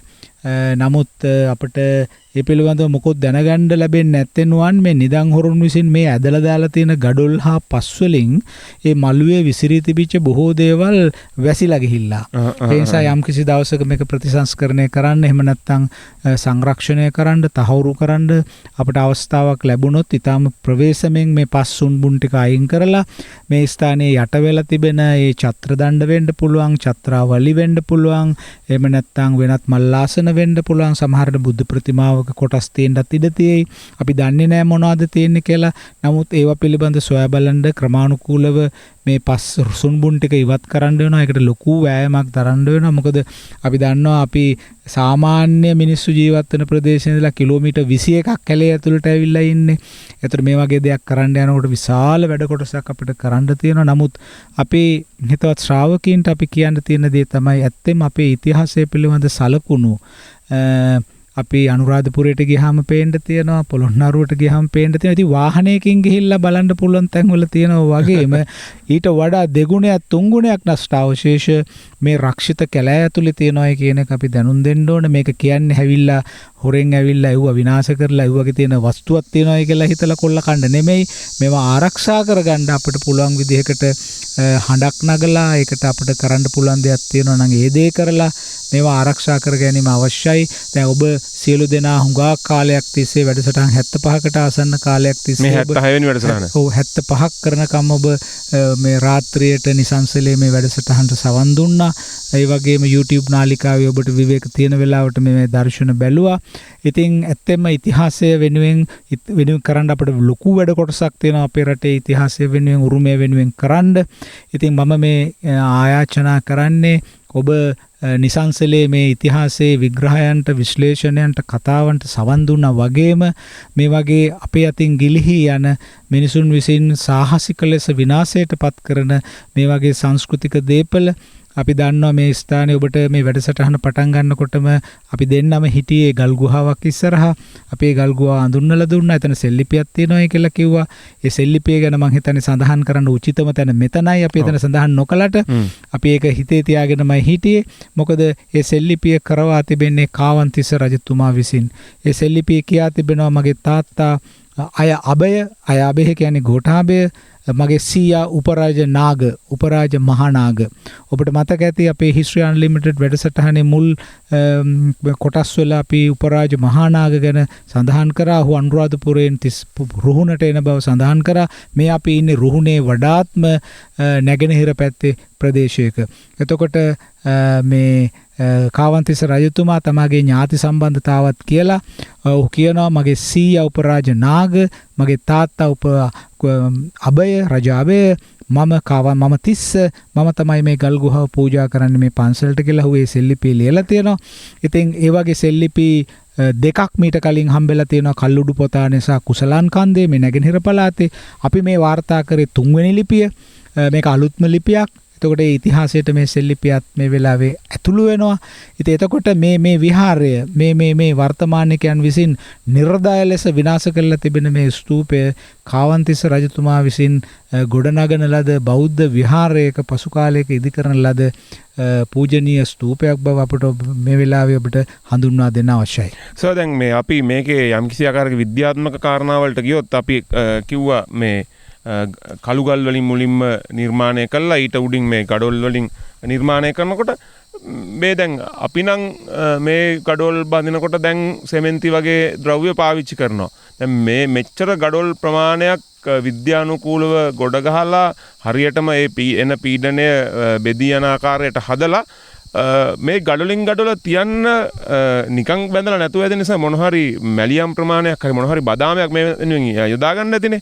මොනවද සාමාන්‍ය ඒ කාලේ යොදා ගත්තේ? බොහෝ වෙලාවට අපිට පේනවා දැන් සීගිරිය වගේ ඓතිහාසික ස්ථානවල අපිට පේනවා සමහර තැන්වල මේ සඳහා පාවිච්චි කරලා තියෙන හුණු බදාමයක්. මේ හුණු බදාමය ලබාගෙන තියෙන්නේ මේ පළාතේ තියෙන අර ස්පටිකෘත හුණු ගල් කියන ඩොලොමයිට් කියලා අපි හඳුන්වන සාමාන්‍ය වශයෙන් හඳුන්වන ගල් පාවිච්චි කරලා මේ වියලි කලාපේ ඒ ස්පටිකෘත හුණු ගල් තියෙනවා. ඒවා පුලුස්සලා හුණු සාදා ගන්න පුළුවන්කම තිබෙනවා.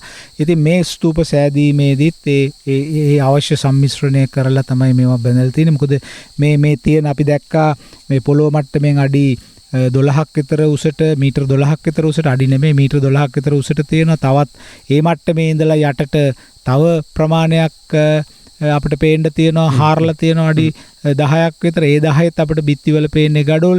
ඉතින් සමස්තයක් හැටියට බැලුවම මේක මීටර් 20ක් විතර උසට මේ දැනට තියෙන කොටස අපිට පේනවා. ඉතින් මේ වගේ ගඩොළු ගොඩක් අවුරුදු දහස් ගණනක් තිස්සේ නොඇටි තියෙන නම් ඒක ශක්තිමත්ව බඳින්න ඕන. ඒ නිසා මේවා ක්‍රමානුකූලව කැණීම් කරලා මේවා සංරක්ෂණය කරන අවස්ථාවකදී අපිට පුළුවන් වෙයි ඒ වගේ ගොඩනැගිලි තාක්ෂණය කොයි වගේද කියන එක තාම පැහැදිලිව තේරුම් ගන්න. ඔව් සර් එක්කම දැන් මේ වගේ තවත් චෛත්‍යයන් මේ භූමියේ හම්බ වෙනවද මේ ප්‍රධාන චෛත්‍යයට අමතරව?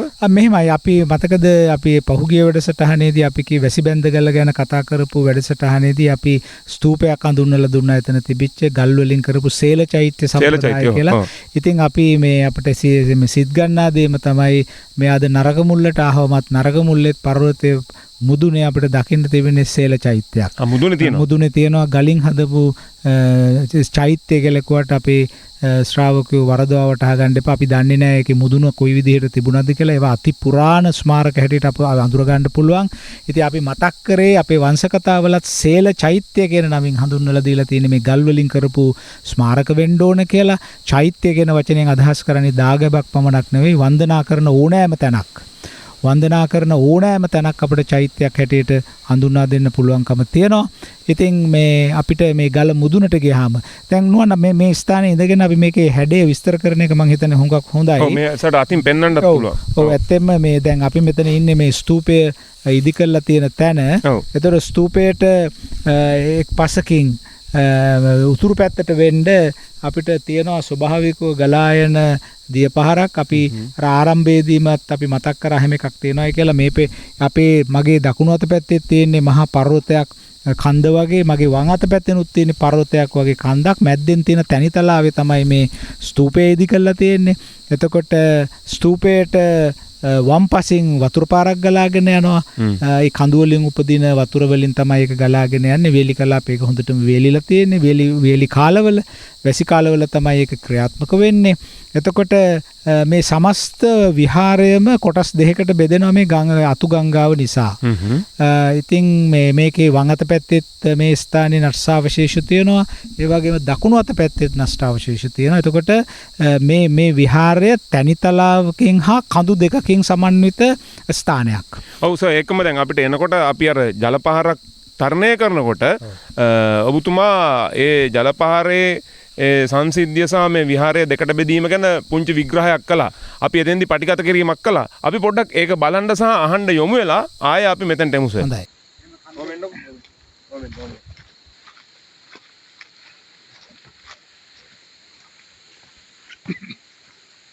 මේ තියන්නේ දොළපාර මේක පටන් ගන්න කන්දෙන්.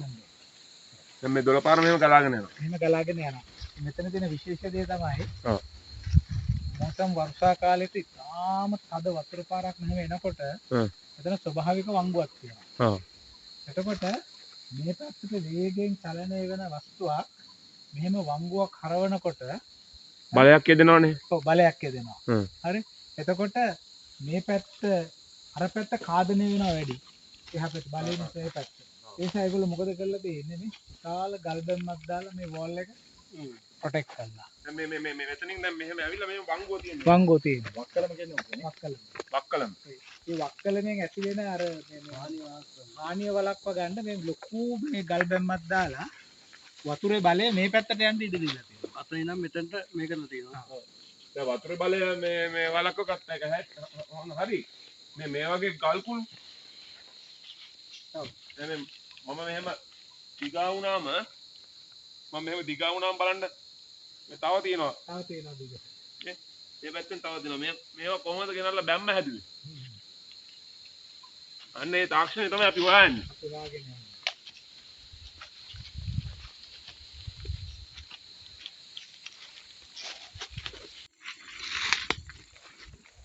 දැන් මේ තියෙන්නේ බැම්ම. දැන් මේ බැම්ම තමයි අපි මේ තරණය කරන්නේ.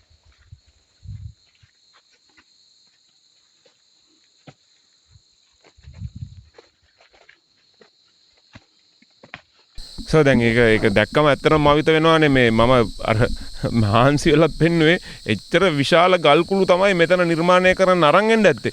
එතකොට මේ පළාත කොහොම තියෙන්න ඇද්ද සර්? නෑ ඒක තමයි නුවන් අපි මේකේ සඳහන් කරන්න ඕන දේ තමයි දැන් ඔබ අර මේ දිගා වෙලා පෙන්නවා මේ ඒ ගලේ පළල කොච්චර දිග කොච්චරද කියලා. ඒ වගේම පළලකුත් එකට තියෙනවා.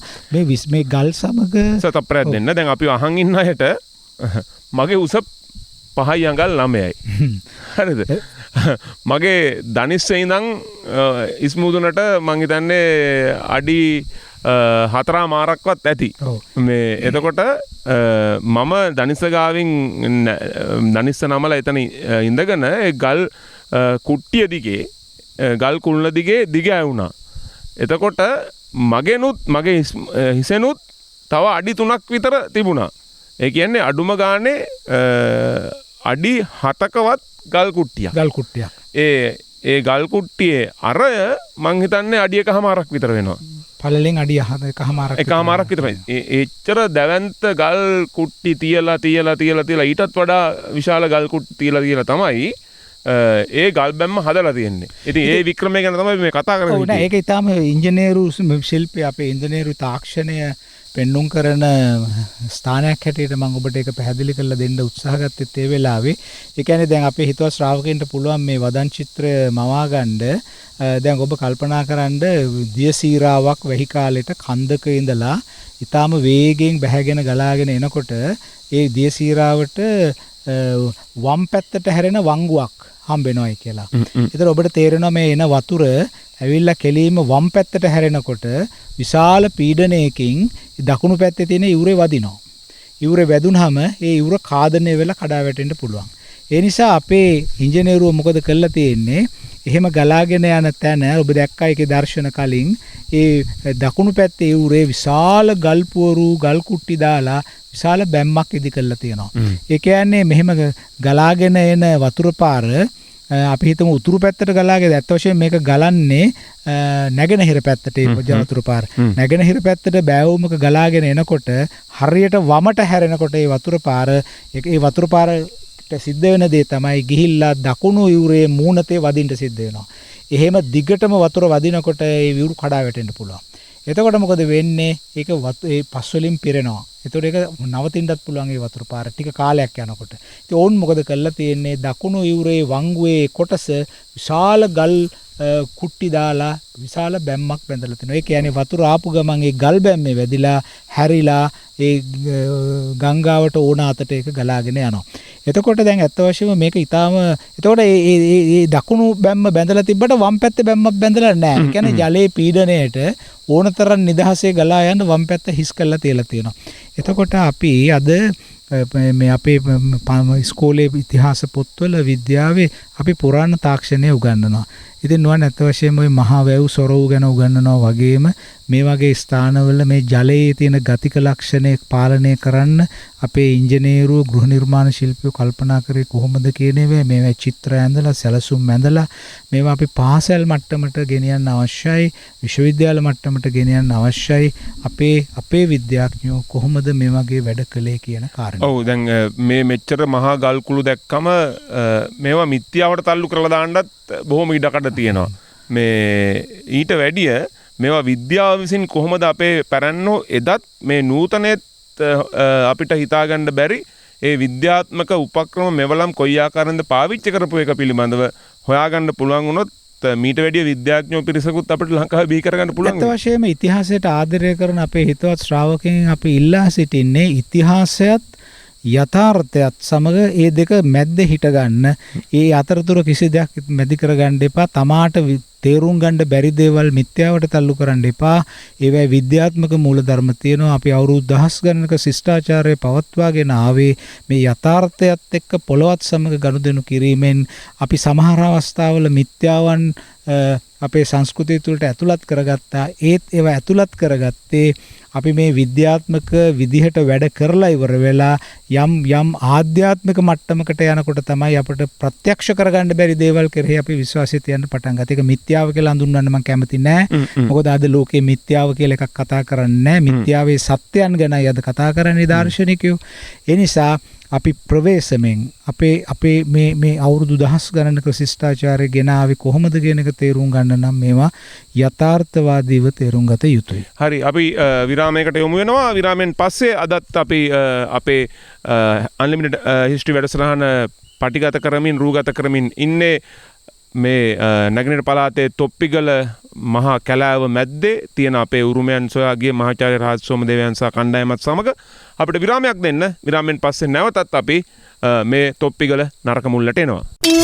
Unlimited වැඩසටහන් 3ක් කොටස් 9කට පස්සේ අපි නරක මුල්ලෙන් හිත නරක කර නොගෙන යන්නයි කල්පනා කරන්නේ. මොකද හිත නරක වෙන දේවල් ගොඩක් තිබ්බත් ඒ දේවල් මේ මහා දර්ශනය විසින් අපිට සිත පාදා ගන්න පුළුවන්. මේ සියල්ලටම වැඩිය මහා ලොකු දර්ශනයක් ස්පර්ශ කරලා තියෙන හින්දස අපේ සමාජයේ අපේ සිත් සතන් මං හිතන්නේ අපිට ඉතාමත් බලාපොරොත්තු සහගත සිතකින් මේ තොප්පිගලෙන් නික්මිලා අපිට එන්න හැකියාව තියෙනවා. දැන් මේ අපි ඉන්න ගල්ලෙනත් විශේෂ ගල්ලෙන් 26ක් තියෙනවා කියවනේ සර් නේද? ගල්ලෙන් 26ක්. ඒ කියන්නේ ABCD කියලා නම් කරගෙන ගියොත් Z දක්වාම ගල්ලෙන් තියෙනවා. මේ අපි අවට තියෙනවා. දැන් මේ අපි ඉන්නේ අපි කලින් හිටිය ගල්ලෙනට වඩා මීටර් මම හිතන්නේ 150ක් විතර පහලින් තියෙන හරි අපූර්ව ගල්ලෙනක වම් අත පැත්තේ එක ගලක් උඩට යනකොට දකුණු අත පැත්තෙන් එක ගලක් ඉදිරියට උඩට නෙරා යනකොට වම් අත පැත්තේ තියෙන ගල් පියස්ස අර ගලටත් උඩින් ගිහිල්ලා හරියට අර මේ පළ දෙකේ වහලයක් නිර්මාණය කරපු ගල් ගෙයක් වගේ මේ ගල් ලෙන නිර්මාණය කරලා තියෙනවා. ඒ මැද්දේ මමත් අපේ රහත් සෝමදේව මහාචාර්යතුමාත් ඉඳන් ඉන්නවා. අපි දෙන්න අතර ඒ ගල් බිත්ති දෙකේ පරතරය මං හිතන්නේ අඩි 15ක් විතර තියෙනවා. ගල් ලෙනේ ගැඹුර අඩි 25ක් විතර තියෙනවා. ඒකම මගේ වම් අත පැත්තේ මේ ගල් ලෙනේ ගල් බිත්තියේ මත්ස්‍යයෙක්ගේ රූපයක් කොටලා තියෙනවා. ඉතින් මං හිතන්නේ මේ වැඩසටහන හමාර කරන්න පුළුවන් සංක්ෂිප්තය මේ මත්ස්‍ය රූපේ තියෙනවා කියලා මට හිතෙනවා සර්. ඇත්තම නුවන් මේ මත්ස්‍ය රූපය ඊටම වැදගත් සංකේතයක් මේ වෙලාවේ අපේ වැඩසටහනටත්. ඒ වගේම මේ වැඩසටහනේ අපි දැන් අවස්ථා කීපයකම කතා කරපු දේවල් සාරාංශ කරලා සංක්ෂිප්ත කරලා සමස්තය ඉදිරිපත් කරන්නත් මේ මත්ස්‍ය සංකේතය ඉතා ප්‍රයෝජනවත් වෙනවා. මොකද අපි දන්නවා අපි මේ තොප්පිගල ගැන කතා කරාට නරක මුල්ල ගැන කතා කරාට ඒ වගේම අපි මේ වැසිබැන්දගල ගැන කතා කරාට කුඩුම්බි මලේ ගැන කතා කරාට මේ සියල්ලම තිබෙන්නේ මේ මඩකලපුව දිස්ත්‍රික්කයේ නැගෙනහිර පළාතේ. ඒතර මේ කොටස අයිති වෙන්නේ රුහුණට කියන එක අපි වැඩසටහන් කීපයකදීම සඳහන් කළා. එතකොට රුහුණ ගැන කතා කරනකොට අපි දන්නවා රුහුණේ අපි මුල්ම වැඩසටහන් වලදී කිව්වා කඳුකරේ හිටපු ජනතාව ස්වදේශික ජනතාව ක්‍රමක්‍රමයෙන් කඳුකරයෙන් පහළට බැහැලා මේ දකුණු හා අග්නිදිග තැනිතලාවට සේන්දු වෙන ආකාරය ගැන අපි වැඩසටහන් කීපයකදීම කතා කරලා තියෙනවා. ඒ වගේම නුවන් එතනදී අපි මතක් කරා කතරගම ශාස්ත්‍රීය පරම්පරාව ගැන. උන් ඊටාම සම්භාව්‍ය ප්‍රභූ පිරිසක් හැටියටයි මේ ජීවත් වුනේ.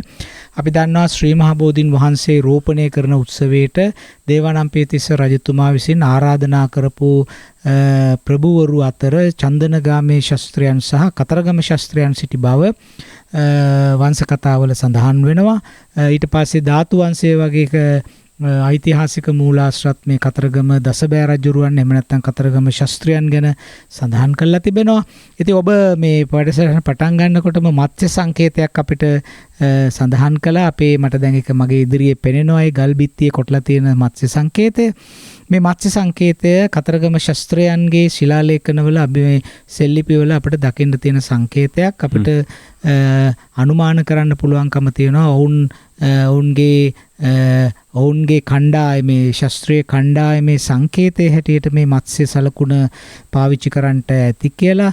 ඒ නිසා මත්ස්‍ය සංකේතයේ රුහුණේ සංකේතයේ හැටියටත් අපිට හඳුන්වන්න පුළුවන්කම තියෙනවා. පස්සේ මේ මත්ස්‍ය සංකේතයට තව සංකේත ගණනාවක් සම්බන්ධ වුණා. ස්වස්තිකය සම්බන්ධ වුණා. ඒ වගේම මේ තිරස් අතට ඉරි තියෙන ඒරට සිරක් සම්බන්ධ කරපු එකට කියනවා රේල්ඩ් එක කියලා. එහෙම එකකුත් මේකට සම්බන්ධ වෙලා තියෙනවා. අවසානයේ මත්ස්‍ය සංකේතයත් ඒකට යා වුණා.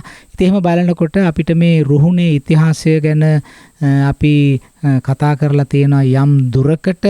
ඒ රුහුණේ ඉතිහාසයට අයිති තැනකට තමයි අපි මේ ප්‍රායෝගිකව ප්‍රවේශ වෙලා ඉන්නේ.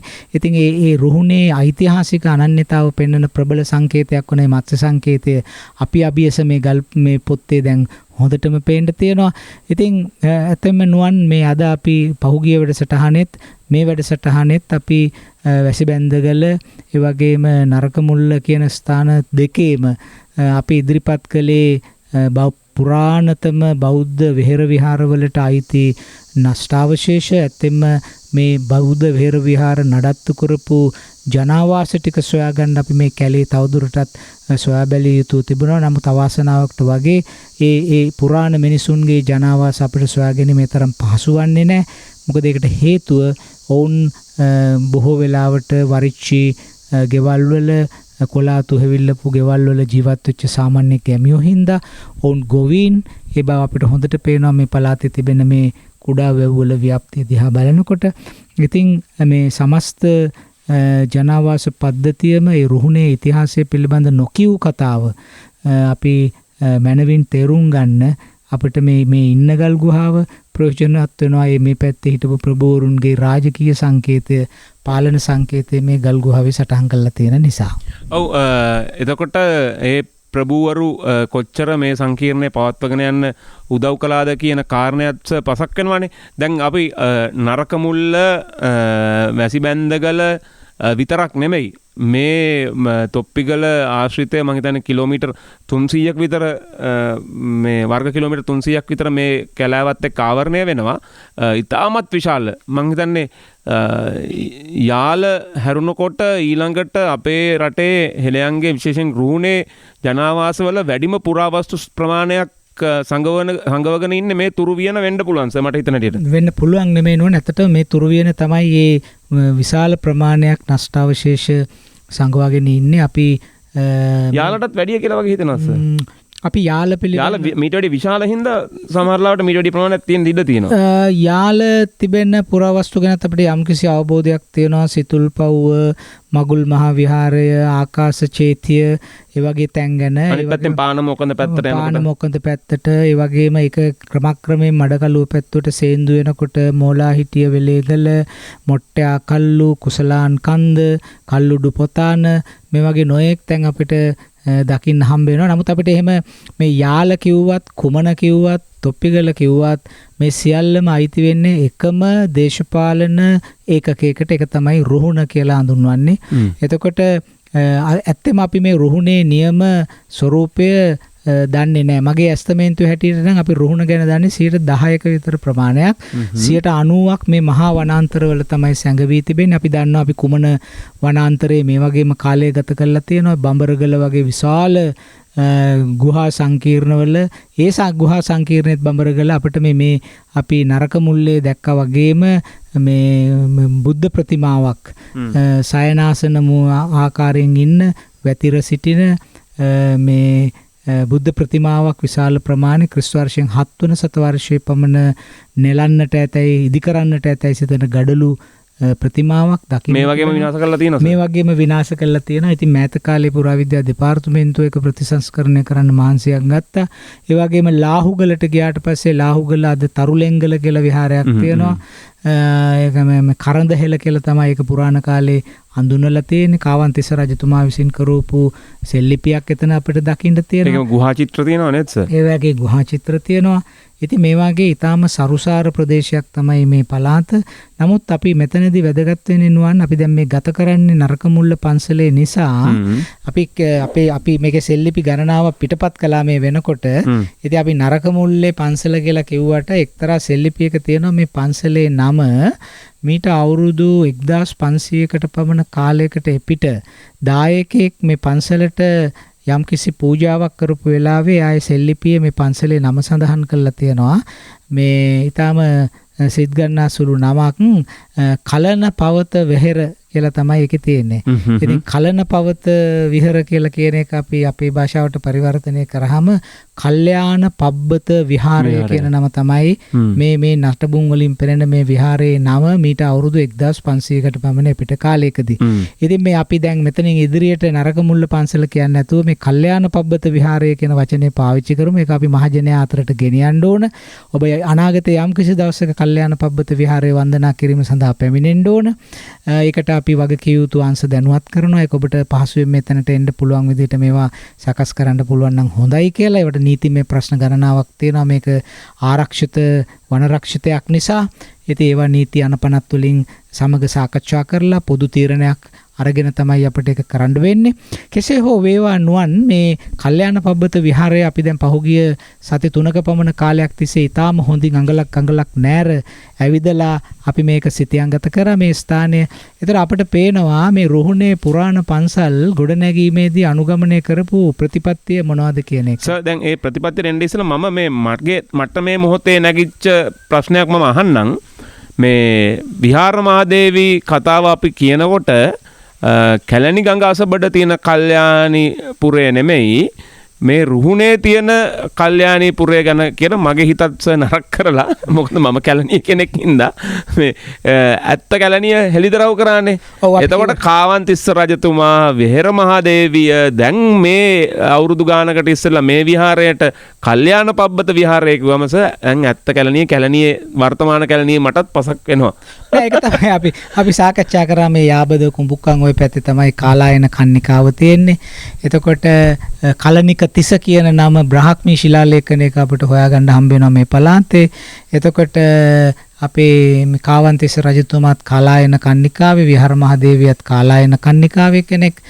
එතකොට දැන් අපිට පේනවා මේ ඒ කාලායන කල්යාණ කියන වචනය රුහුණේ ඊටම සම්භාව්‍ය තත්වයටපත් වෙච්ච නමක්. සමහර විට හේතු නිසා වෙන්න ඇති මේ ස්ථානෙත් කල්යාණ පබ්බත විහාර කියලා හඳුන්වන්නේ. ඒ වගේම මේ ස්ථානයට කාවන්තිස්ස රජතුමාත් ආධාරයක් කළා තියෙනවා. ඒ වගේම විහාර මහදේවිය අයිති වෙන්නේ කතරගම ශාස්ත්‍රීය පරම්පරාවට. ඒ අයගේ සංකේතය මත්සේක්. ඒතර මේ අපි ඉන්න ගල් ගුහාව අභියස මත්සේක් කොටලා තියෙනවා.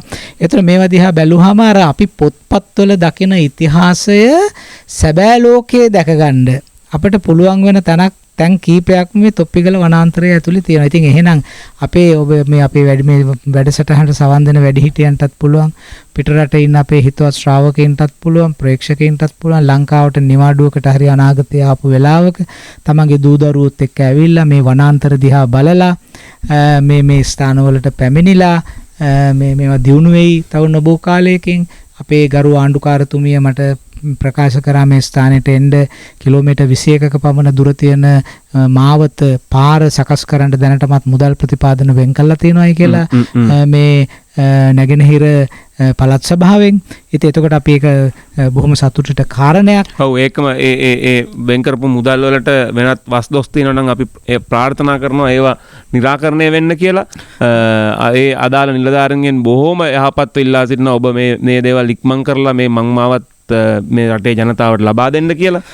ඇත්ත වශයෙන්ම මේ කල්යාණ පබ්බත විහාරයට එන්නම නෙමෙයි මේ පාර හැදිය යුත්තේ. අපි දන්නවා කිලෝමීටර් 21 මාවත නියම පරිදි සකස් කළොත් එහෙම මේ දෙපැත්තේ වගා කරන අපේ හිතවත් ගොවි මහත්තුරුන්ට ඒ සියලු දෙනාට මේකෙන් කොයිතරම් ආර්ථික ප්‍රතිලාභයක් ලැබෙනවද කියලා ලංකාවේ නොඑක් දිසාවල ඉන්න අය දැන් ඇති වෙලා ඉන්නේ. අනුරාධපුරේ, පොළොන්නරුවේ, තිසමහරාමේ හැමදාම ගිහලා හැමදාම එකම දේ අහලා ඒ අයටත් දැන් හෙම්බත් වෙලා තියෙන. ඉතින් අපි අලුත් ගමනාන්ත නිර්මාණය කළ යුතුයි සංස්කෘතික දේපල සම්බන්ධයෙන්. ඒ විතරක් නෙමෙයි මේ පාරේ ගමන් කරන්නෙකුට සංස්කෘතිය පමණක් නෙමෙයි ගමනාන්තයේ සංස්කෘතික ස්ථානයක් වුණාට ඔහු පහ කරගෙන එන්නේ මේ රක්ෂිත වනාන්තරයක්. ඒ වගේම කෙත් වතු, තැනිතලාවෙන් ඉහළට එසවී සිටින ඊටාම දර්ශනීය ශේෂ කඳු, මේ හැම දෙයක්ම දැක බලාගෙන එනකොට මේකට මේ පරිසර සංචාරක අදහසත් ඇතුළත් වෙනවා. ඒ වගේම හවස 4න් පස්සේ මේ ස්ථානයේ ඉඳලා නැවතත් පිටත් වෙලා එළියට යන්න ගියොත් ඔබට අනිවාර්යයෙන්ම කැලේ ඉන්න ගජමිතුරු හම්බ වෙනවා. ගජමිතුරු වල්ලලින් 100කට වැඩි ප්‍රමාණයක් පාර දෙපැත්තේ නිදැල්ලේ ඉන්නවා දකින්න පුළුවන් වෙනවා. ඉතින් ඒ හින්දා ඒක කාටත් කරදරයක්. අපි දැන් මාසයකට ආසන්න කාලයක් ඕකේ යනවා එනවා අපිට නම් කවදාක්වත් එහෙම හස්තියෙක් කරදර කළා නැහැ. ඉතින් ඒ නිසා මේ ස්ථානයේ අපිට අපේ සංචාරක ව්‍යාපාරය, අපේ රටේ ආර්ථිකය ඊටාම වැදගත් අංගයක්. ඉතින් අර සංස්කෘතික සංචාරක කල්චරල් ටුවරිසම් කියන එකයි, ඒ වගේම ස්වභාවික සංචාරකණය ඉකෝ ටුවරිසම් කියන මේ සංකල්ප දෙකම එකට බද්ධ කරලා මේ අපේ රුහුණේ ඉතිහාසය නරඹන්න විශේෂ වැඩපිළිවෙලක්, විශේෂ මාර්ගයක්, අපි කියන අයිටිනරි එකක් කියලා නේද? එතකොට අපි දන්නවා මේ කිට්ටුව, නිලාවේලි, අරුගම්බේ, පාසිකුඩා මේ හැමතැනකින්ම මේකට එන්න බොහොම ලේසි. ඉතින් මේවයි නවාතන් ගන්න සංචාරකයින්ට දවසේ උදේ පිටත් වෙලා මේ තැන් නරඹලා හවස තමාගේ නවාතැනට යන්න පුළුවන් වෙනවා. ඉතින් දැන් අපි කරන්නේ නිලාවේලිය ඇවිල්ලා, පාසිකුඩා ඇවිල්ලා මේ ටිකක් වැල්ලේ විනෝද වෙලා සමහරලාට සිහියත් අවුල් කරගෙන එහෙමනේ අපි කරන්නේ. පරිසරයත් අවුල් කරලා එහෙම කරන්නේ නැතුව අපි ජාතියට අපේ හිතවත් ශ්‍රාවකයන්ට, හිතවත් රටවැසියන්ට අලුත් සංචාරක ගමනාන්තයක් විවෘත කරන්නත් ඒ මගින් අපේ ඉතිහාසයේ ඒ ප්‍රෞಢ දැනුම සම්ප්‍රේෂණය කරන්නත් වැඩපිළිවෙලක් ක්‍රියාත්මක කිරීම සඳහා අපි මේ ව්‍යාපෘතිය ඇතුලේ වැඩ කරගෙන යනවා. ඉතින් ඔබ නුවන් ඇවිල්ලා කණ්ඩායමත් එක්ක මේ වැඩසටහන කරන්නෙත් අපි ඒකට යම්කිසි මේ පෙළඹවීමක් ජනතාවගේ අවධානයක් ඇති කිරීමේ බලාපොරොත්තුවෙන් ඉතින් අපි තවමත් සුබවාදීව ඉන්නවා අපි මේ කතා කරනවා අපිට මහ පොළොවේ කරන්න පුළුවන් වෙයි කියලා. ඔව් සර් දැන් මේ මහ පොළොවේ කරන්න සැලසුම් කරලා තිනවා වගේම මේ විශාල පරිශ්‍රමය සහ මේ පරිශ්‍රය තුළ කරන කටයුතු ඉදිරියේදී අපි මේ පුනපුනා කියන්නේ මේවා සිතියන්ගත වෙනවා අවසානයේදී අංකස අනුමාන කරන විදිහට ඒ පුරාවිද්‍යා ස්ථාන කීයක් විතර අපේ සිතියමට අලුතෙන් එකතු වේද සර්? දැන් අපි මේ ගත කරන අපි සැලසුම් කරලා තියෙන දවස් 45ක මෙහෙයුමක් මේ පුරාවිද්‍යාත්මක වශයෙන් කරන්න මේ තොප්පිගල වනාන්තරය ඇතුලේ. ඉතින් අපිට පුළුවන් වෙයි නිශ්චිත වශයෙන්ම දැනට සිතියමේ ලකුණු වෙලා නැති ස්ථාන 10ක් හෝ 12ක් පමණ සිතියමට ඇතුළත් කරන්න. ඉතින් ඔබ දන්නවා මේ වගේ දුෂ්කර තැනක මාස එකමාරක් ගත කිරීමෙන් ඊට වැඩි දෙයක් අපිට කරන්න පුළුවන් වෙන්නේ නැහැ. ඉතින් අපි සුබවාදීව හිතාගෙන ඉන්නවා අපිට අදාළ ආයතන අදාළ පුද්ගලයෝ අපට ඉදිරියේදී ප්‍රතිපාදන ලබා දුන්නොත් අපි කැපවීමෙන් සූදානම්ෙන් ඉන්නවා තවදුරටත් මේ ස්ථාන පිළිබඳ ඉතාම විස්තරාත්මක වාර්තා කිරීමක් කරන්න. පුරාවිද්‍යා දෙපාර්තමේන්තුවත් යම් කිසි වැඩ කොටසක් කරලා තියෙනවා මේ පළාතේ. ඉතින් පුරාවිද්‍යා දෙපාර්තමේන්තුවේ තියෙන සම්පත් අනුව ඒ කරලා තියෙන වැඩ ප්‍රමාණය ඉතාම ප්‍රමාණවත්. නමුත් අපි ඒකෙන් සෑහීමකටපත් වෙන්නේ නැතුව තවදුරටත් අපිට මේක පුළුල් කරලා මොකද මේක අපි හැමදෙනාටම අයිති දෙයක්. රටවැසියන්ට අයිති දෙයක්. ඒ නිසා මේ වෘත්තීය කුසලතාව හා නිපුණතාව තියෙන සියලු දෙනා මේ කියන්නේ මේවා කරන්න නම් පුරාවිද්‍යාව හෝ ඉතිහාසය පිළිබඳ නිපුණතාවක් තියෙන්නට ඕනේ. ඒ අය මේවට අත ගහලා අවබෝධයකින් මේවා කරනවා නම් මං හිතන්නේ මේවා අපිට ජනතාවට හොඳින් පවරා දෙන්න පුළුවන්. ඒ පවරා දීම පිටුපස්සේ මොකක්ද තියෙන්නේ? පොත්පත් බලාගෙන අපි කතා කරන ඉතිහාසයේ කාමරයට වෙලා අපි සැබෑ ලෝකේ මහ පොළොව මත ඇවිදින්න ඉතිහාසය අත්පත් කරලා දෙන්න අපිට පුළුවන්කමක් එකෙන් ලැබෙනවා. ඔව් සර් දැන් විශේෂයෙන්ම මේ ඔබ නරඹන අය පහුගිය සති කීපය තුල දකින්න ඇති අපි සඳහනුත් කළා දැන් මේ ඊටමත් මේ මහා කටයුත්තෙන් 125කටත් අඩු ප්‍රමාණයක් තමයි මේ සති 6ක් තිස්සේ කරගන්න පුළුවන් වෙලා තියෙන්නේ. ඊට ප්‍රතිශතය හැටියට ගත්තොත් ඊටමත් අඩු ප්‍රතිශතයක්. හැබැයි මහාචාර්ය රාජ්සෝම දේවයන්ට මීට වැඩිය වපසරියක මේ තොප්පිගල වනාන්තරය ඇතුලේ තියෙන අපේ හෙළයන්ගේ පුරාවිද්‍යාත්මක තැන් ඔවුන්ගේ පුරාණ ජීවිතය සොයා යාමේ හැකියාව තියෙනවා. ඇත්තටම මහාචාර්යතුමා ඔබ දැක්කනේ ඔබ දැකපු කට්ටිය දකින්න ඇති අපි කිව්වා මේ ට්‍රැක්ටර් එක නැගලා ඒකට මෙට්ටයක් දාලා කිලෝමීටර් 22ක් හැමදාම එනවා. කිලෝමීටර් 22ක් ආයේ යනවා. එතකොට කිලෝමීටර් 45ක් 50ක් ට්‍රැක්ටර් එක වල ගොඩැලි සහිත මාර්ගවල කොඳු කඩාගෙන ඇවිල්ලා මේ අපේ උරුමය මේ සොයා යනවා. ඉතින් ඒකම අපේ රටේ තවත් පිරිසක් පාවිච්චි කරන ජනතාවගේ මුදලින්ම පාවිච්චි කරන වාහන ඔබ දැකලා තියෙනවා. ඉතින් ඒ වාහන මේ සර්ට ට්‍රැක්ටරේ කොහොමටවත් ප්‍රමාණවත් මේ හැබැයි අපේ මගේ නම් හිතට ඇත්තටම හරි නෑ මේ රටේ පුරවැසියෙක් හැටියට මේ වෙන දේ ගැන. ඒක හින්දා ඊටමත් කෞරණිකව ඉල්ලා සිටිනවා මේ පළාත් සභාවට විතරක් නෙමෙයි මේ රටේ ඉන්න මේ වෙන රටවල් වල ඉන්න ශ්‍රී ලාංකිකයන්ට පුළුවන් මේ ඉතුරු පර්යේෂණ කටයුතු සඳහා ආධාර කරන්න මේ ස්ථාන ගොඩනගන්න ආධාර කරන්න මහ ලොකු දේවල් මහාචාර්ය රාජ්සෝම දේවන් ඇතුළු පිරිස බලාපොරොත්තු වෙන්නේ මේ අඩුම ගානේ ට්‍රැක්ටරේට එහා ගිහිල්ලා යම්කිසි දැන් ට්‍රැක්ටරේ ගෙන්න ගියොත් මෙතෙන්ට එන්නම පෑ දෙකක් විතර යනවා.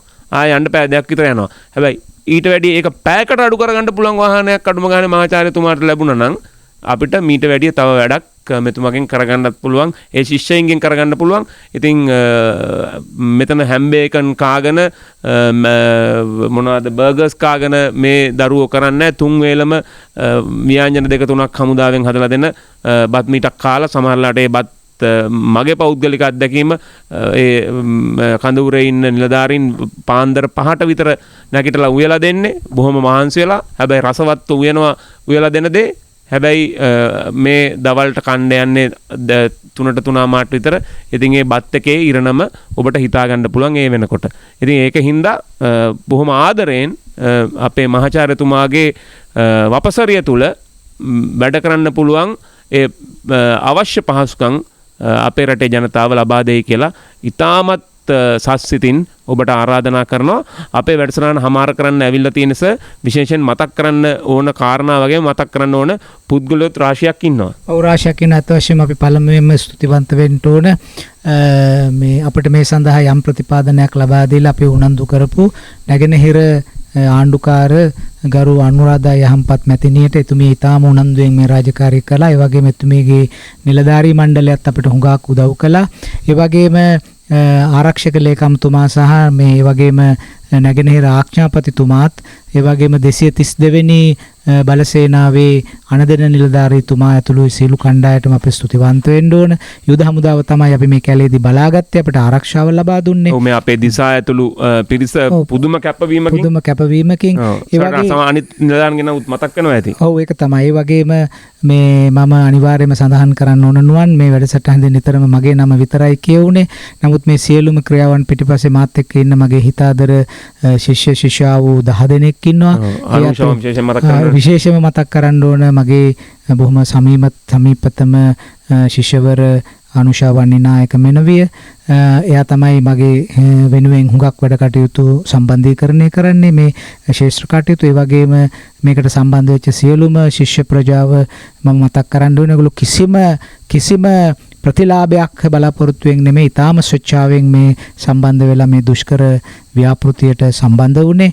ඉතින් අපි මේ වෙලාවේ මේ කරපු සත්කාරයේ සියලුම ඒ ගෞරවයේ සියලු දෙනාටම අපි මේ ලබා දෙන්න ඕනේ. ඒ වගේම ඔබ සමග පැමිණි සියලුම මේ කණ්ඩායමේ කැමරා ශිල්පීන් මේ සියලු දෙනාටමත් අපි ඊටාම භක්ති ආදරයෙන් හිතවත් කමින් කෘතවේදී වෙන්න මම මේ වෙලාවේ කැමතියි. ඔව් සර් විශේෂයෙන්ම මේ අපි නම් වශයෙන් මතක් කරොත් මේ අපිටත් නවාතැන් පහසුකම් දුන්න යුද හමුදාපතිතුමාගේ ඉඳලම මේ 232 වෙනි බලසේනාව බාර අපේ නිශාන්ත පරාක්‍රම මේජර් නිශාන්ත පරාක්‍රම කර්නල් නිශාන්ත පරාක්‍රමව ඒකම සුභාෂ් මහත්තයව ඒ වගේම අපේ රොෂාන් කරුණාතිලක මේජර්වරයව එයා අපිට ඊටාම උනන්දුවෙන් හැම වෙලාවෙම අපේ කර්නල් නිශාන්ත පරාක්‍රම මහත්මයා හැම හවසකම මට දුරකථන පණිවිඩයක් දීලා මොකද දැන් වෙන්නේ මොකද්ද අපෙන් වෙන්න ඕන කියලා අහලා හොයා බලනවා. ඉතින් අපිට හරි ලොකු ධෛර්යයක් මේ ඒ කර්නල් වරයා කැලේට ආවා. ඇවිල්ලා මාත් එක්ක දවසක් ගත කළා. මේ අපි කරන වැඩ බලාගන්න. ඉතින් අපි ඊටාම හෘදයාංගම ලෙස අපි මේකේ දැක්කා ඒ නිල ඇඳුම් යට ඉන්න අපේ ශ්‍රී ලාංකික පුරවැසියෝ අපේ හිතවත්තු අපේ සහෝදරවරු අපි එකෙන් දැක්කා. ඉතින් අපේ සියලු දෙනාටම ඊටාම සාදර සිතින් ස්තුතිවන්ත වෙනවා. ඔව් ඒකම අපිත් එක්කත් මේ අපේ මේ කටයුතු සියල්ලම රූ ගැන්නුවේ අපේ ජනිත සංකල්ප මල්ලි. ඔහුම තමයි සමහරලාට මේවා සංස්කරණය කරලා ඔබට බලන්න ලබා දෙන්නෙත්. ඒකම අපිත් එක්ක අපේ සහයටත් කණ්ඩායමක් ආවා. විශේෂයෙන් අපේ සුරේෂ් විජේරංගන ඇතුළු ඒ මිතුරන් පිරිස ඔවුන් උත් අපිට ලොකු සහයෝගයක් ලබා දුන්නා.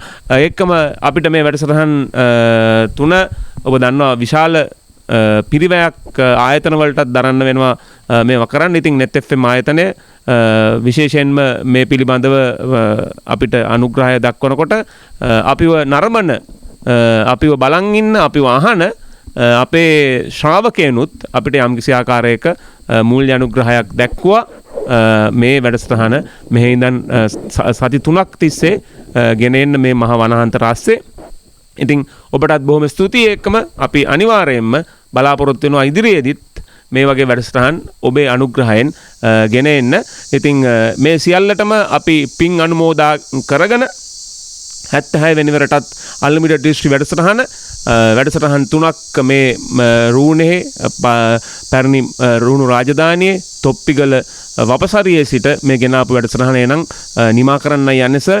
අපි නම් නැවත කොළඹ යනවා සර්. ආයේ මේවා සමීක්ෂණය කරන්න සිතියන් ගත කරන්න කැලේට යනවා. මේ සියල්ලම පරිස්සමෙන් කරගෙන ආයෙත් අපි එහෙනම් මැදිරියේදී හම් වෙන බලාපොරොත්තු තියාගෙන අපි සමුගන්නවා. ඔබතුමාට යෝධ බල යෝධ ශක්තිය ලැබේවා.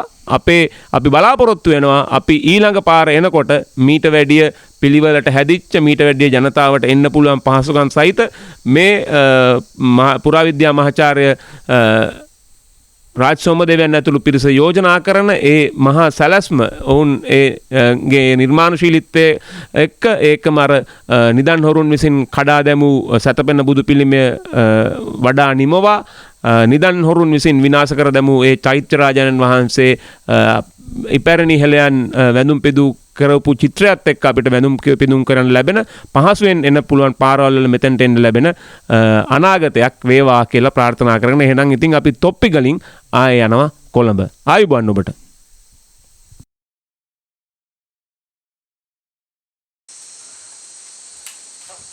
මේ අර රිෆ්ලෙක්ටර් එක තියලා ගිය මිනිස්සු කොහෙද ගියේ අන්තිමට ආලා බලන්න වව්වාදී නුඩට.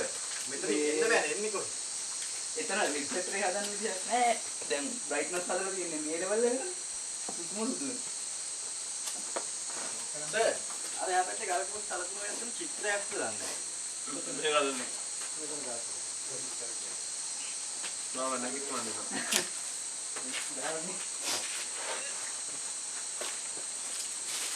අර දෙන්න තාම උඩට ගන්න.